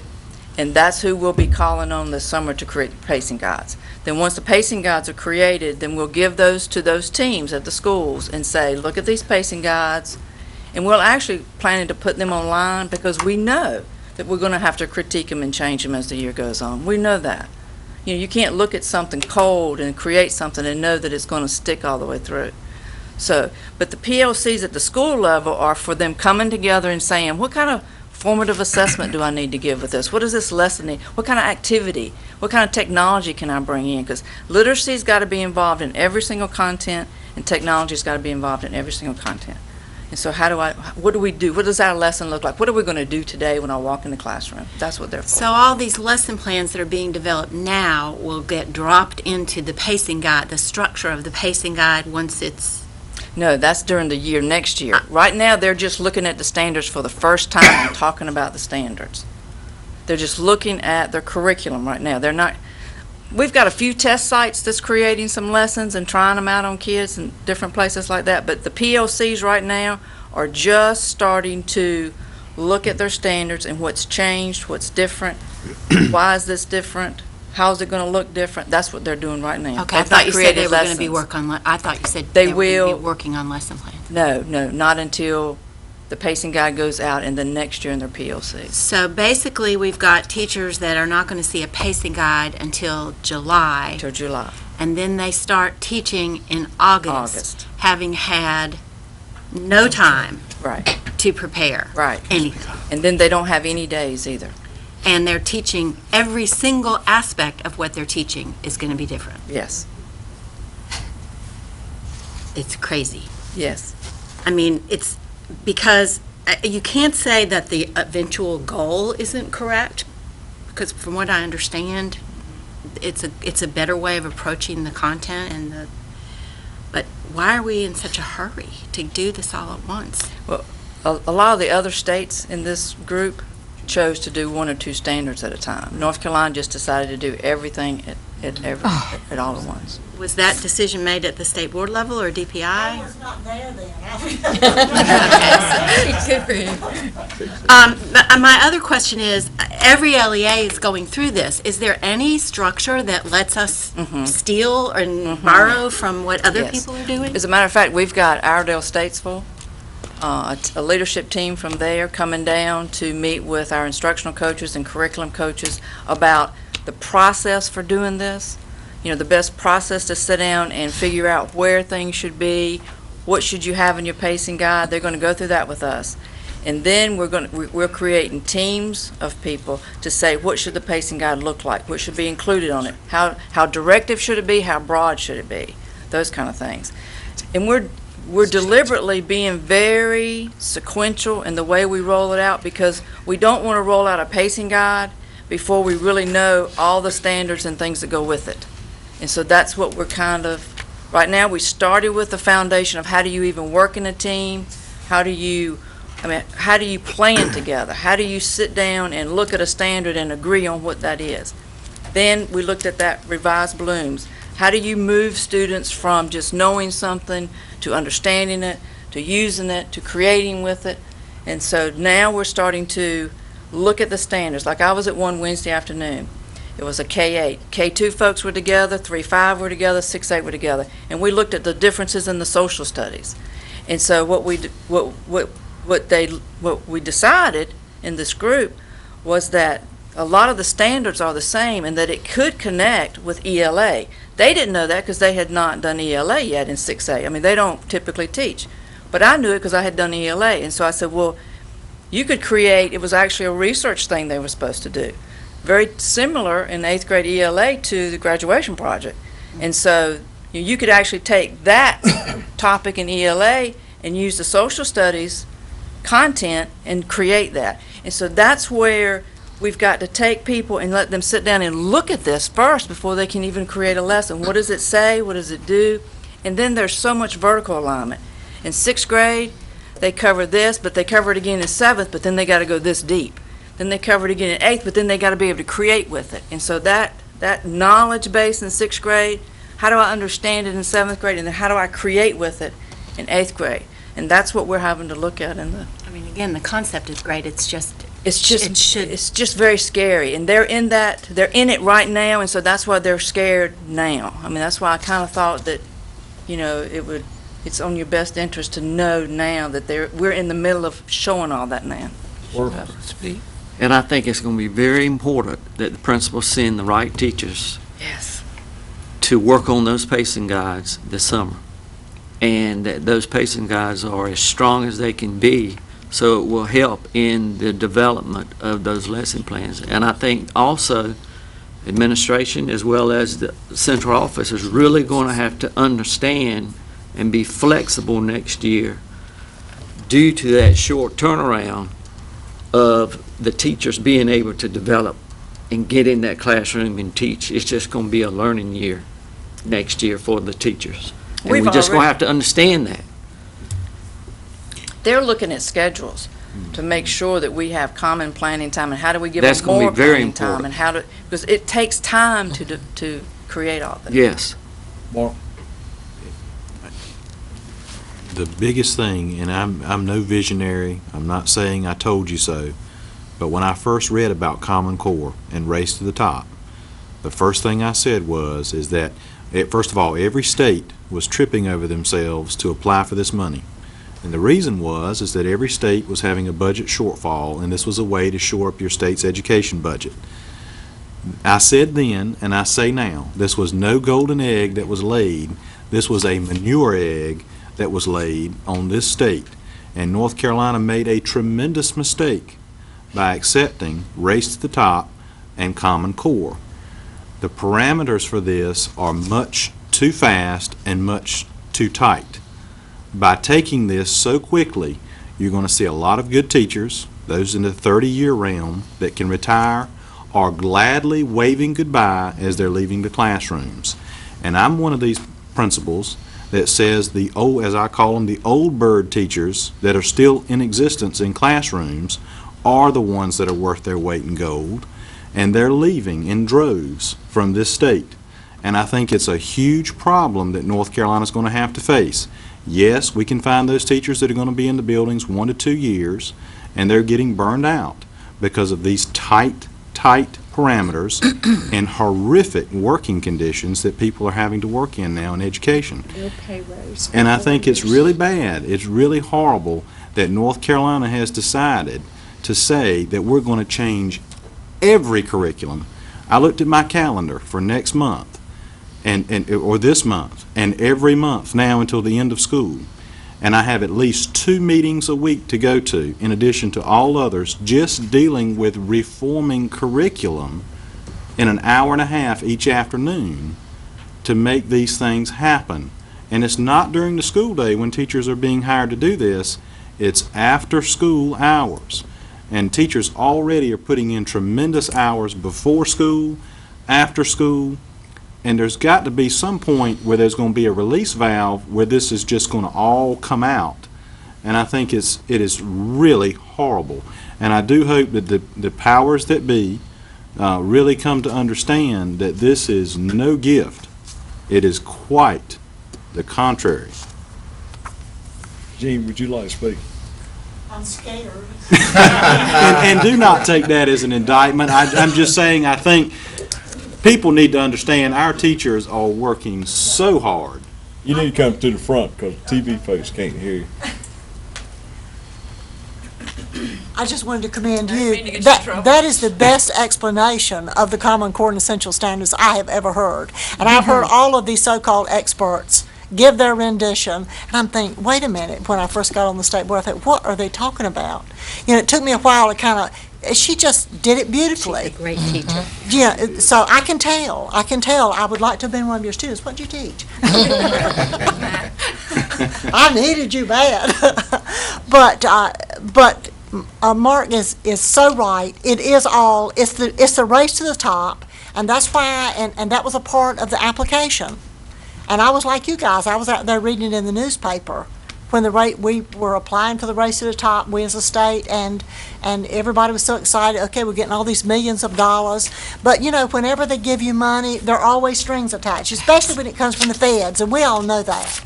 They're not going to give you the money and let you, use it as a block grant. They're going to give it with strings attached, and you've got to dance the tune. And that's what we're doing now with the Race to the Top. And unfortunately, in a lot of ways, as you pointed out, Mr. Witchard, it's too fast. And at the same time, when the teachers haven't had a raise in 3 years, Yes. we're putting more on them, and they got to go to meetings. I don't know how they're holding up. Because I know when I was in the classroom, when the last kid left, I was mentally exhausted. And so then that I've got to go then and make plans and meet with all these people, and it's like every day, it is going to be tough. And you're so right, their teachers are going to give up in despair and take the retirement and go home. But we're in this thing, and we're going to have to see it through, and it's going to be tough.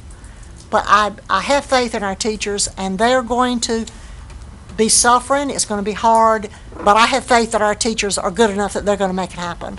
We're going to get there. And it is a good thing that at least the states are kind of getting things in alignment so that if we have a kid move from one state to the other, it's not like starting all over and the curriculum's not even similar. So the end result will be good, but in the meantime, it's going to be tough, just like she has said. And the teachers are going to suffer. But, I'm just hoping we can get through it. Thank you, Gene. I'll be praying for all the teachers. I will be too. Two things. I was going to ask Cheryl. The one concern, and I think I don't want to get too deep here, but to make this even more sorrowful, but the standards roll out next year, but the assessments that will assess the new standards do not start at the end of the 12-13 school year, correct?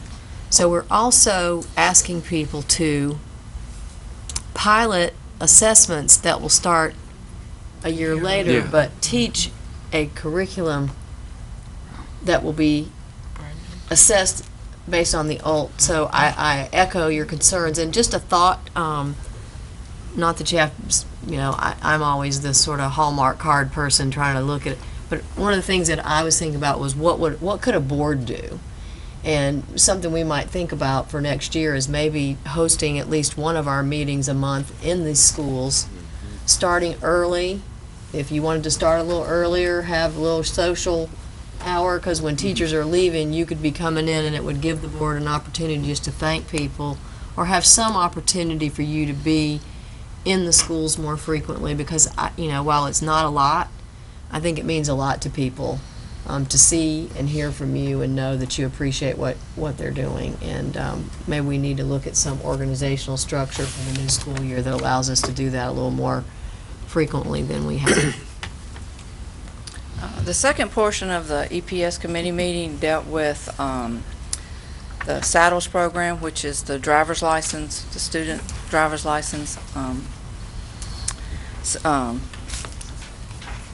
search. Suspension system. In 1997, North Carolina passed a law where they gave schools the right, or districts the right, to pull a driver's license eligibility for any student not making adequate progress or dropping out of school. We did that up until 2006, maybe. It was very cumbersome to do that at the time because not all the counties had the same weren't on the same system of attendance, and we couldn't tell which kids, when they left our district, we couldn't tell exactly where they went and what they enrolled, whether or not they were enrolled in school. So we kind of dropped it for a while. And most of the counties did because it was very cumbersome. But now with NCWISE, which is the student attendance system, we can instantly tell as soon as a kid drops out of our school, the next day if they enroll in a North Carolina school, we can instantly tell if they're in school. And so now that all the counties are connected, it's time to follow the law and bring this back. On top of that, with our dropout rate improving, but it needs to improve more because we're not at the state average anymore. I mean, we're not at the state average, and we need to be. And with the state, and with us getting 3 SIG grants, school improvement grants, for 3 of our high schools based on the dropout rate, then it seems like we should be using the legislation that we have to help that. And so now we're going to enact that. So we have, so based on that Senate bill, we have the ability to, if a student has to pass, they have to pass 3 out of 4 classes to be eligible to keep their driver's license. If they don't, then they're going to receive a letter that they're getting ready, we're sending in their name to the driver's license system for their license to be revoked. If they drop out from this day forward, we will pull and also do that. There's a second law that came into place, Senate Bill 57, that's about lose control, lose your license. And it deals with behavior, and it was like 3 years later that they enacted that. That says that you'll lose your license if 3 things occur. If you're found in possession of an alcoholic beverage or illegal controlled substance, or if you're found in possession of a firearm or a weapon, or if you assault a school official. You lose your license there for 365 days. And so we have 105 students receiving letters this coming Monday. And Mary Williams at the EPS committee asked for a breakdown of those students, and I have that for you, so I'm just going to pass this back.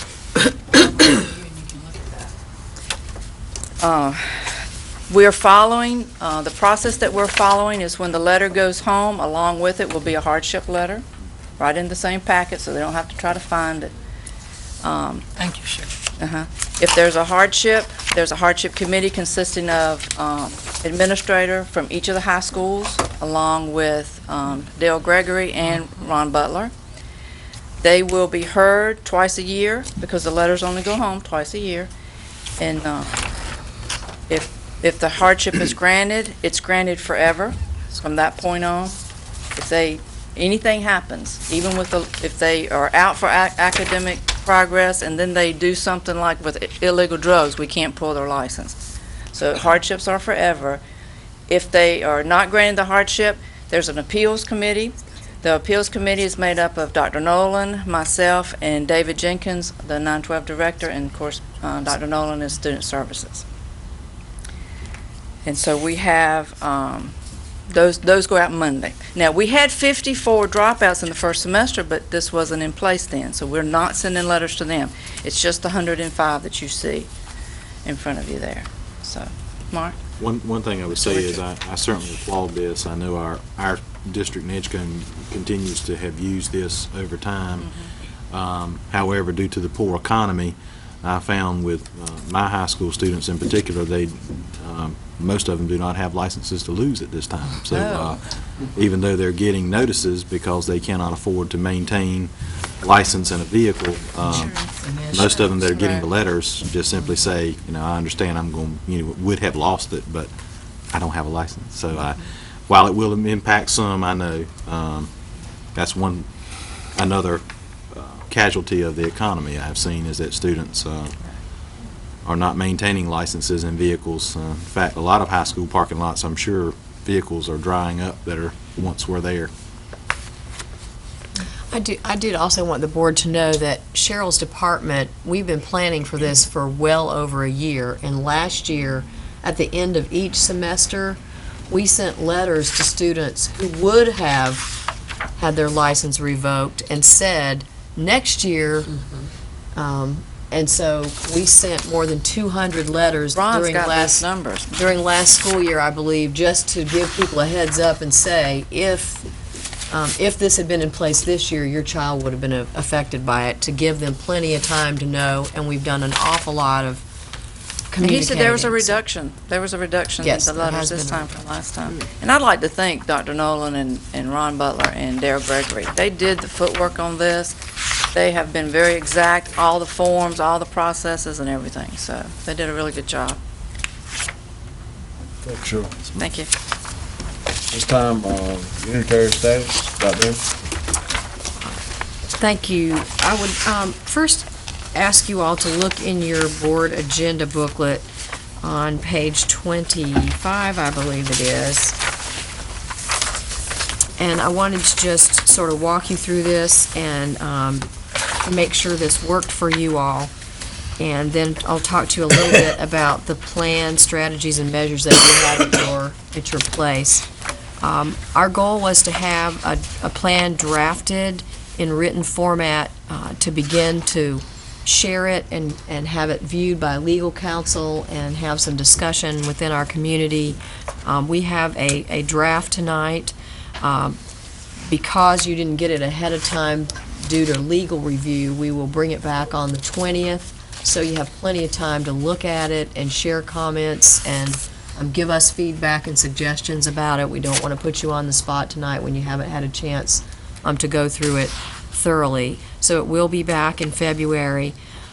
Ken Sue, our legal counsel for unitary status, has asked that for one of our March meetings that he be placed in a closed session to talk with you all about your desires for strategy, so that he can begin preparing early for what that strategy will be. And quite frankly, that really boils down to, as a board and district, are we going to go back to Judge Howard stating we believe we're unitary and here's why? Or are we going to say, here's our data, we're not sure if we're unitary, we want you to look at it and have some dialogue with us about whether you believe we're unitary or not based on a federal standard. So he would like to have some conversation with you as a board about your pleasure for what our position is going into court. The documentation we've been preparing for 2 years now is a part of that court requirement.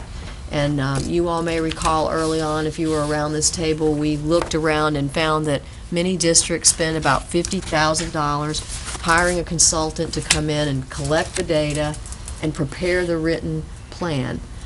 We have not done that. We've inched along with our own staff trying to put this together, but we've had good praise from our legal counsel on sort of the methodical approach.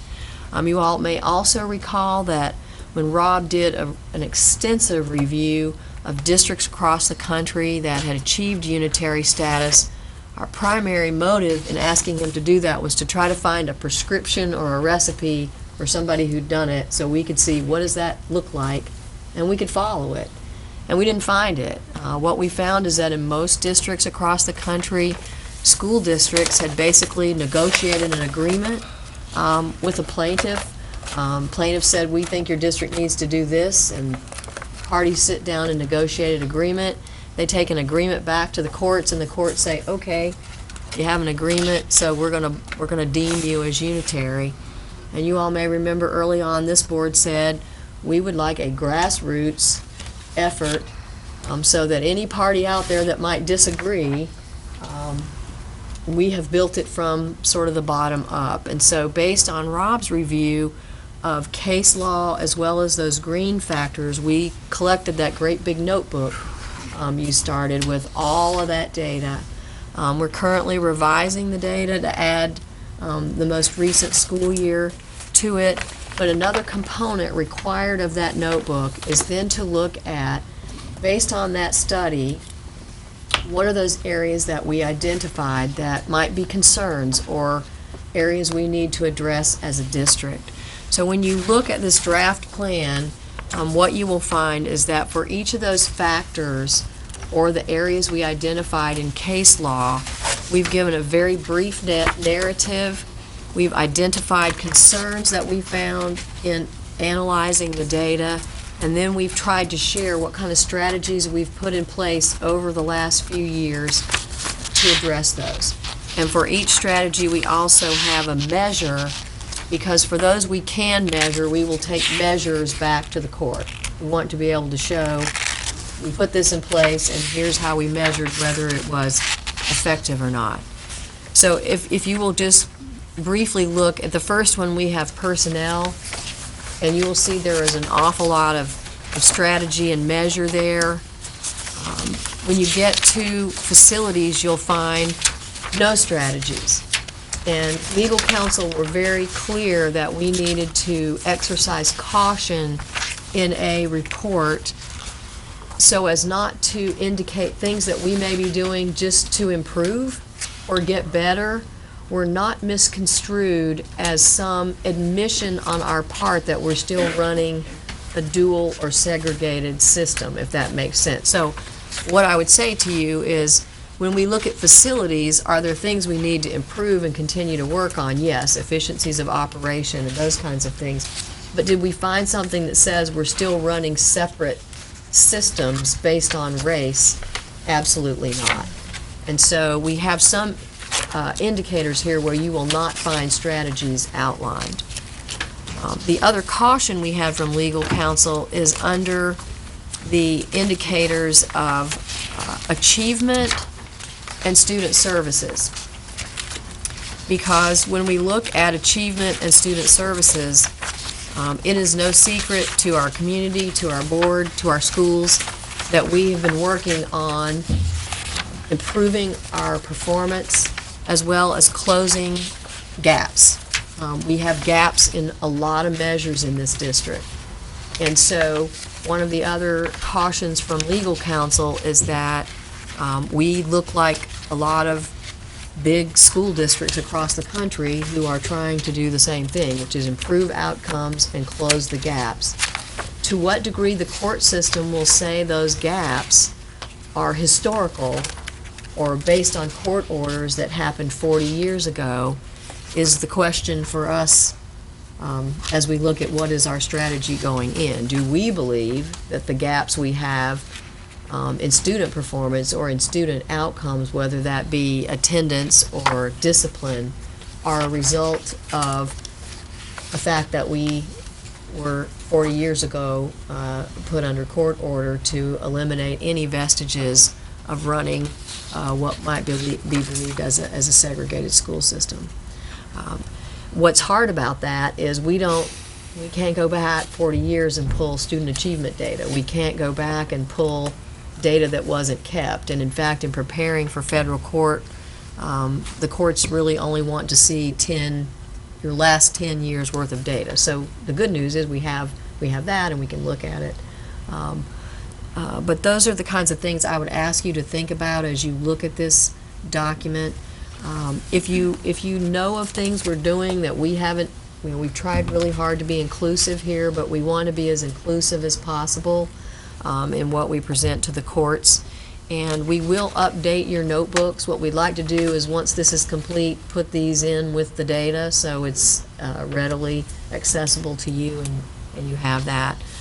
Even more so, this board, at the beginning of this, when we had the order from Judge Howard, discussed with me having a plan for community input.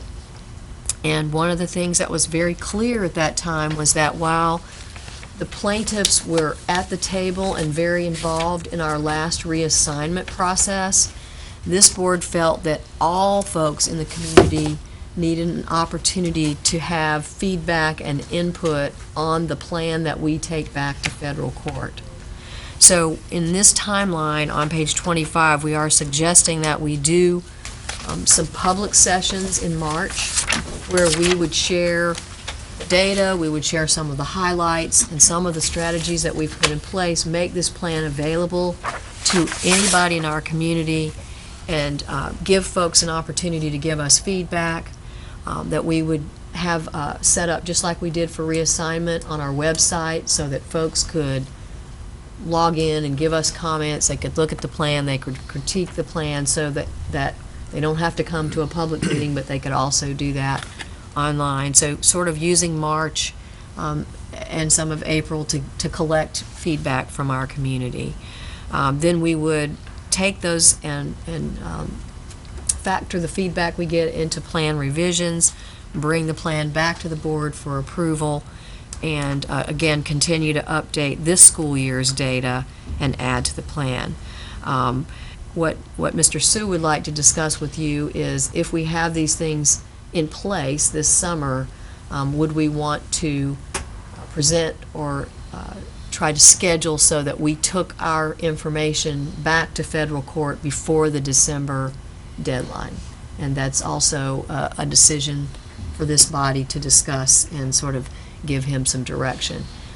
Based on what we have here, once he kind of knows what your direction would be, I think he feels we're in really good shape if we decided we wanted to go before the December deadline. And he's Susan, you were thinking he would visit us in a closed session during March. Yes, yes. What we'd like is you to have a chance to Right. digest this, give us as staff some feedback at the next February meeting, suggestions, questions, changes, Okay. and then he would come at one of your March meetings for a closed session. Anybody else got any questions? Maybe not any. This time, I need a consent item, board retreat. Do I hear a motion?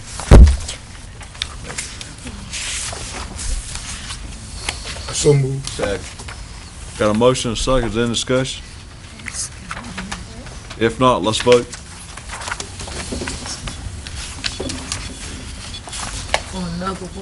For another retreat? Oh. No, just it's consent. Okay. At this time, I'll ask our attorney to come forward.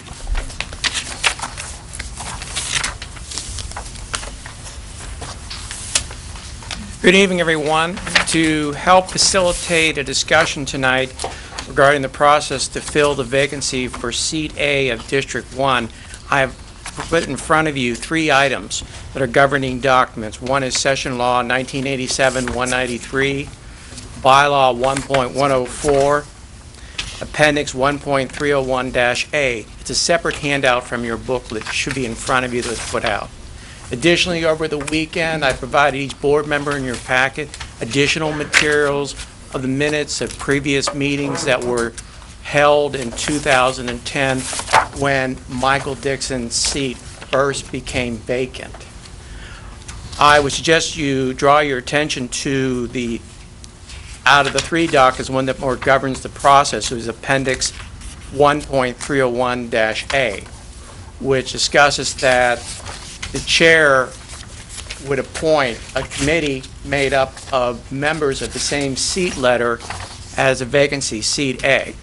And then that committee would interview, look at applicants, and report back to the entire board. Now, I will also point out to you in 2010 that the board at that time decided to suspend that appendix and go with an interview process utilizing the entire board.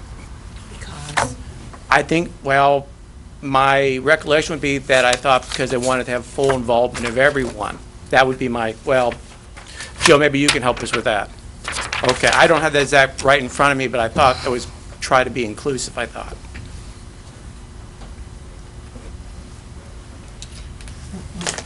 My recollection was that we were in the middle of student reassignment Okay. and Trying wanted to find to expedite the the exact process quote and make here. sure there was representation in There was a addition to- sense of urgency at that point. Yes, since we were in that- the middle of.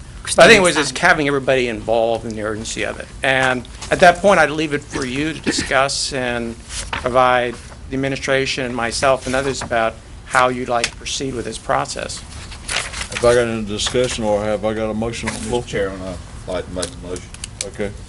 I move to temporarily suspend the Pitt County Schools procedure for the appointment of a new board member for the purpose of filling the District 1 Seat A vacancy on the Pitt County Board of Education. Appendix 1301-A is being cited, which outlines the procedures for filling vacant seats on the board.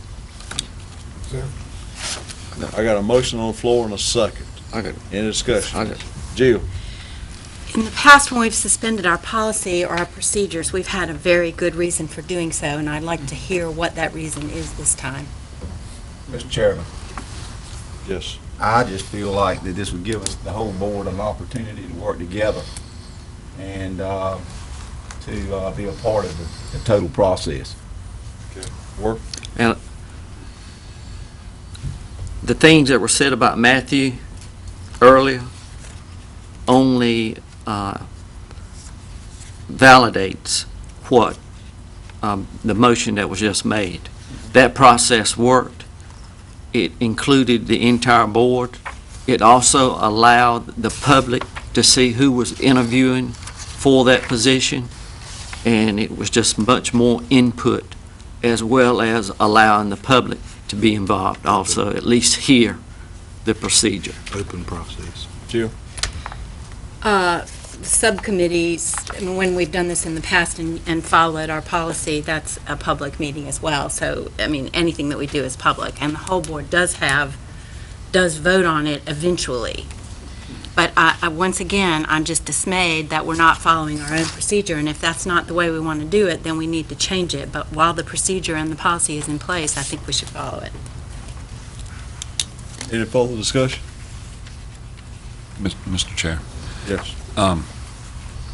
this would be the third consecutive time that this procedure has been suspended. Yes, it is. And I would just suggest to everyone that that's clearly indicative of that this procedure needs to be changed, which is fine. I just think we should move forward and change it.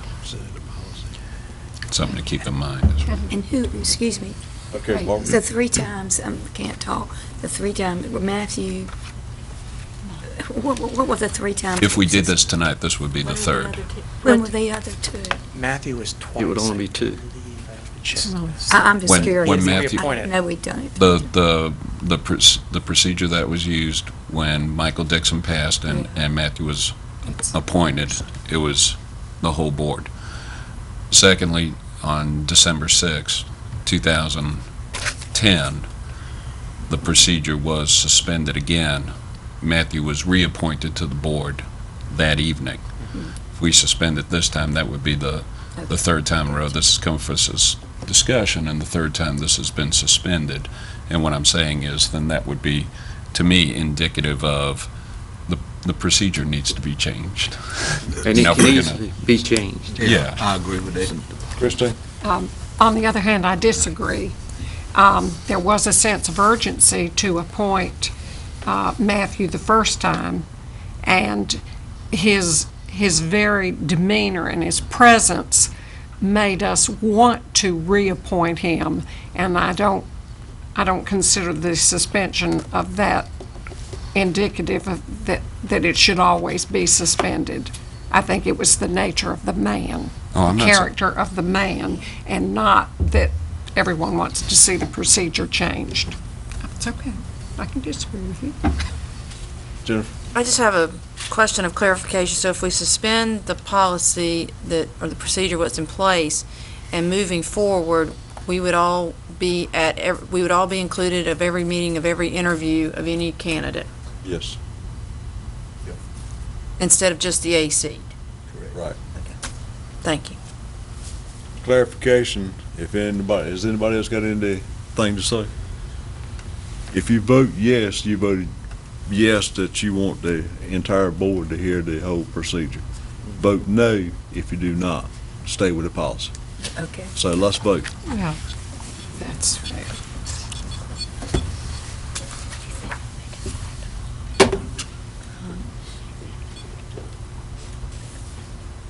Three noes, 8 yeses.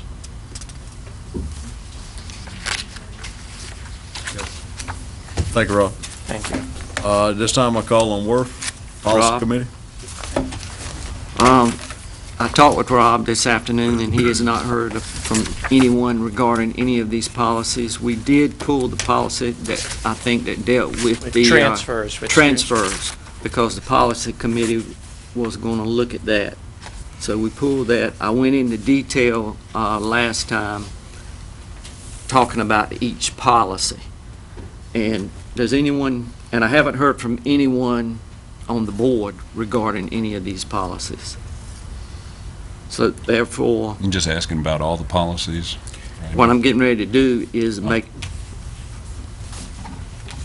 has anyone got a question about a specific policy? Jill? I think at the last meeting, I did ask about the conflict of interest policy that That'd be on page 36, I believe. the very, very last section of that policy, the same language can be found in our ethics policy as well. I'm trying to find the page. Page 42, discipline sanctions v. board members. I had requested that the policy committee look at the language of that section so that it could be clearer. And I have that direction to put it on the agenda for the... But you want to go ahead and vote on this and then redo it again if need be? Is that? That's an option if, depending on Let's what you just wish. pull that. Pull Okay. policy 7.04. 014. Just pull. Number E. D, E would be pulled. A1D. 7.014. policy 7.014. Is there any questions on any of the other policies? So we pulled policy 7.014. Okay. So I move that we approve policy 10.612, dealing with service animals in school, policy 4.103, crowd control at school-sponsored activities, policy 7.005, professional development, policy 7.107, reemployment probationary period, policy 7.110, plans for growth and improvement of licensed employees, policy 7.111, evaluation of certified employees, policy 7.120, teacher planning, policy 7.121, extracurricular and non-instructional duties. Second. I got a motion on the floor and a second. Any further discussion? I do, Mr. Chairman. Okay, Mary. I want to be sure that, number 2, the crowd control at, school-sponsored activities, to make sure that, will this tie into what the graduation committee is doing? Will we have the same policy? Will this policy be attached to what the, graduation subcommittee is doing? Rob? Yes. Yes, I mean, the graduation portion will be a procedure that will fall under this. This is an overall policy dealing with crowd control at school-sponsored activities, one of those activities being graduation.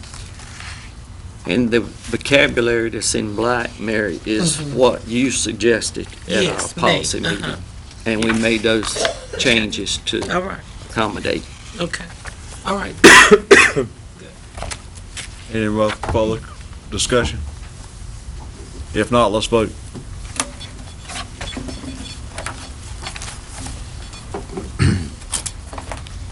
Thank you. Thank you. This time, Dr. Embry. Thank you. Briefly, I just want to say thank you. I think they left to our child nutrition department. They do an awesome job, and we're really fortunate to have them, all of them. I think in these tough times, the fact that we haven't gone up on school lunch prices is another way that we support and help the economy in Pitt County. I also want to congratulate our schools for the hard work they've done, the release of the consolidated data report, and another about 12% reduction in our dropout rate is moving us along towards our goal. We had some increases in some areas that I'm not sure that we need to worry about. There's been some concern about us not cracking down on certain things, and I don't want our schools to feel like we're limiting their ability to do what they need to do. I think some of the new programs we've put in place, particularly Pitt Academy, will help us greatly with some of those. Finally, I just want to commend some folks who are here tonight. All of us sort of held our breath when we said yes to CNN. I've heard from many of you. I appreciate the kind comments you've made about the Big Hits, Broken Dreams. We've heard from school districts all over the country, and I just can't thank the folks who've been involved in that, particularly at Rose High. But I did want to make the point that what you saw in that documentary is reflective of all of our high schools and the hard work going on by athletic directors and athletic trainers and coaches. Two people I was disappointed did not make the documentary, and I just have to say, all of the work in the trenches that was done to make this happen was initiated and led by Ron Butler. Worth was on board. Worth hired Ron when we needed strong leadership, and I was just disappointed we didn't get to see your face in the documentary, Ron, but I want this board and our community to know how much you have done to collaborate and to make this happen for us and to do it at a price that really works for a district that's had to make the kind of budget cuts we've had to make. So we appreciate you. And I also want to say to Heather, who has dropped everything when CNN calls, she has been accommodating, she's gotten them on campuses, she's added to her already busy plate, working with this and making it happen, and I think we were all really well pleased with the outcome, and I think it made our community look good, I think it made the medical community look good, East Carolina look good, and on Monday after the documentary, Heather and I hosted a business at Rose who wanted to look at the Twilight Academy, who's looking to give us a substantial contribution, and the comment of this executive was that documentary went a long way to help with folks knowing about Greenville and the whole development of business. So I hope that our community sees it that way as well. Thanks. This past week, I run into a guidance counselor from North Pitt, and they told me they've got 60 kids that's possibly graduating under this 21 credit, Mary, and that was really great news to hear on Saturday night. And without that 21 credits, there've been 60 dropouts, and I thought that was really good. Also, I'd like to thank the folks that has really stepped up to the plate that we've been able to get a car this year. Hopefully, Rob can nail it down tomorrow. We're in the legal part of it right now, but thanks to Rob, I think we're going to make it happen. Matthew? I mean Ralph. Lord, I got Matthew on my mind tonight. Thank you. On behalf of my wife, who lost her father, she would like to thank the Board of Education for the beautiful arrangement of flowers that was sent to her, and each board member that sent her cards and condolences. She would certainly like to thank you. She was her father's only daughter, so she was a daddy's baby. And but it made her feel good to hear from the Board of Education, and I too want to thank you for your response to her at this time.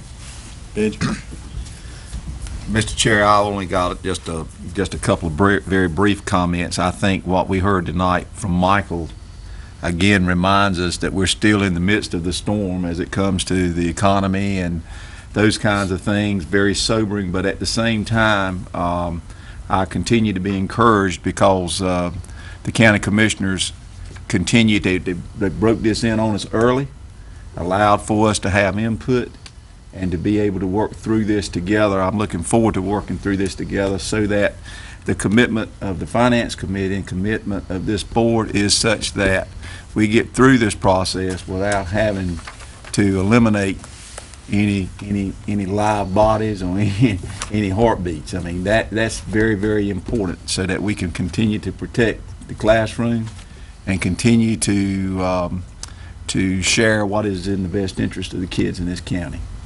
Thank you. Sean? I as well very much enjoyed Big Hits, Broken Dreams, and all the work that went into it. Thank you so much, Ron, and everybody else. I had the pleasure of meeting with Dr. Katie Walsh briefly. She's willing to come to the board and do a presentation on some of the differences between an athletic trainer and a physician or an ENT, and I think we should take advantage of that perhaps at one of our March meetings. We're very blessed with the resources we have in this area to address concussions. I'd like to thank all the high school principals who spent time here recently meeting about some issues regarding graduation and possible procedures for the future. Their time is very valuable, and even more so when I hear about these core standards, you realize how much more and more people's time is valuable. I'm very pleased to see our dropout rate again has gone down, and I am not concerned at all about our long-term suspensions going up a little bit. I think there are those things that if you act a certain way, you're no longer welcome at Pitt County schools. and that's just the way it is. That's the way life is, and I would support any administrator in that. I'd like to congratulate the Searcy family. Patrick Searcy was named the Pitt County School Employee of the Month. He had a nice picture in the paper. I know Patrick and his family personally. They're outstanding people. What you may not realize is a few days earlier, his wife Amy, who's also one of our teachers, was pinned as a nationally certified teacher. And I very much enjoyed attending that ceremony as well. I'd like to thank the folks at Eastern Elementary, Ms. Kirkland, the principal, who spent a little time with me the other day in a very impromptu little meeting. But most importantly, a teacher named Miss Washington, who is an EC teacher, and her assistant, Mr. Frederick Douglas.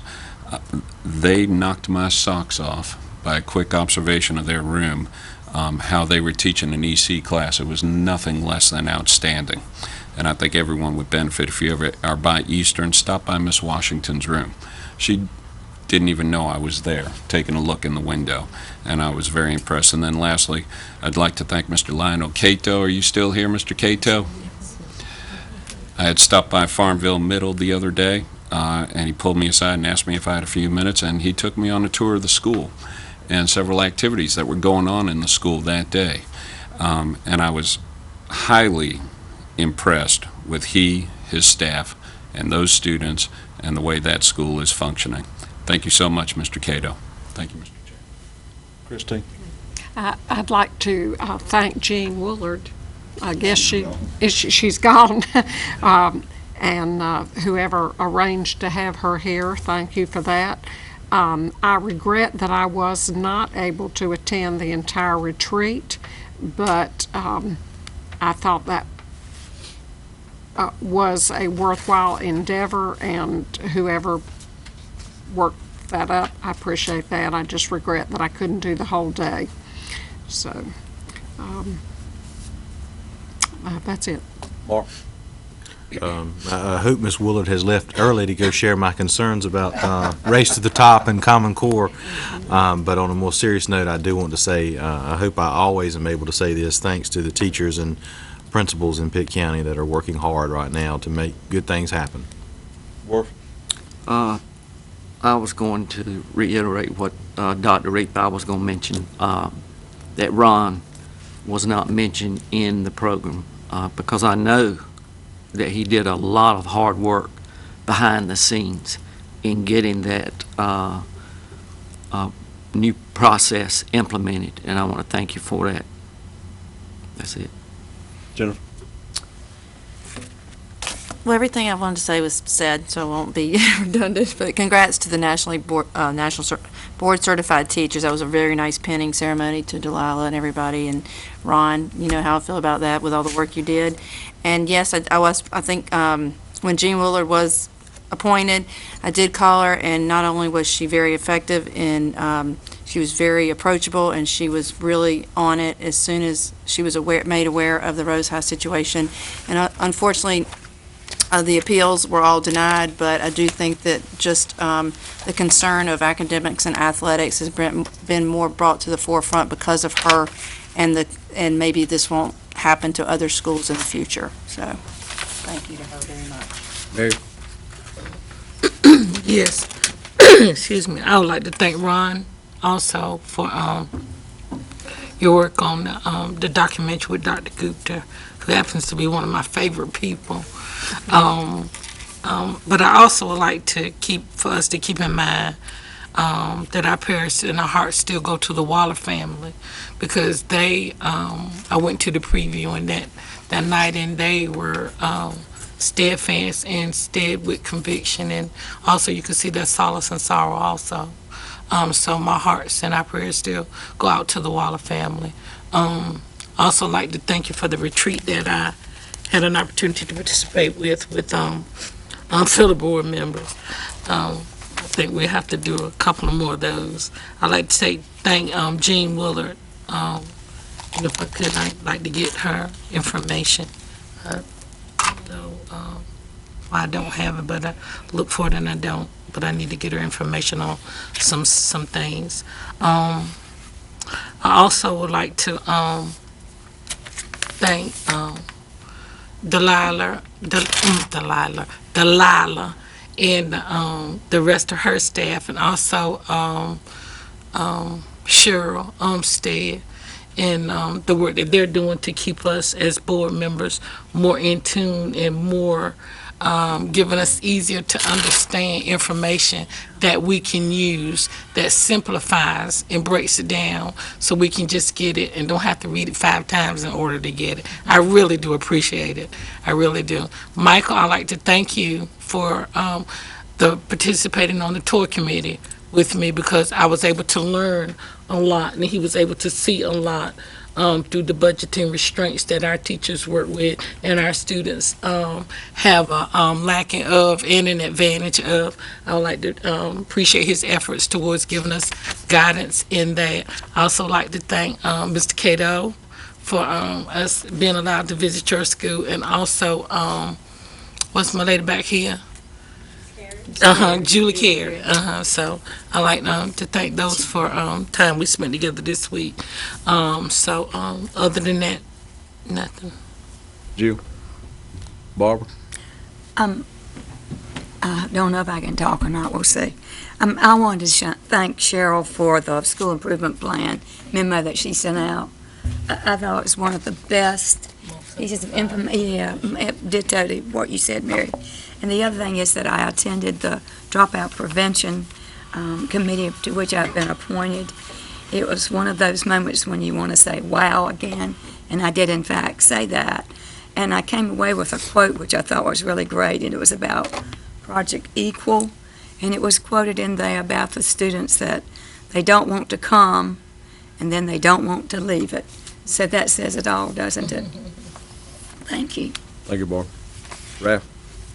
I move that we go into closed session to consider the qualifications, competence, performance, condition of appointment of a public officer or employee, a prospective public officer or employee a year, or investigative complaint, charge, or grievance by or against a public officer or employee. Second. Any discussion? If not, let's vote. Oops.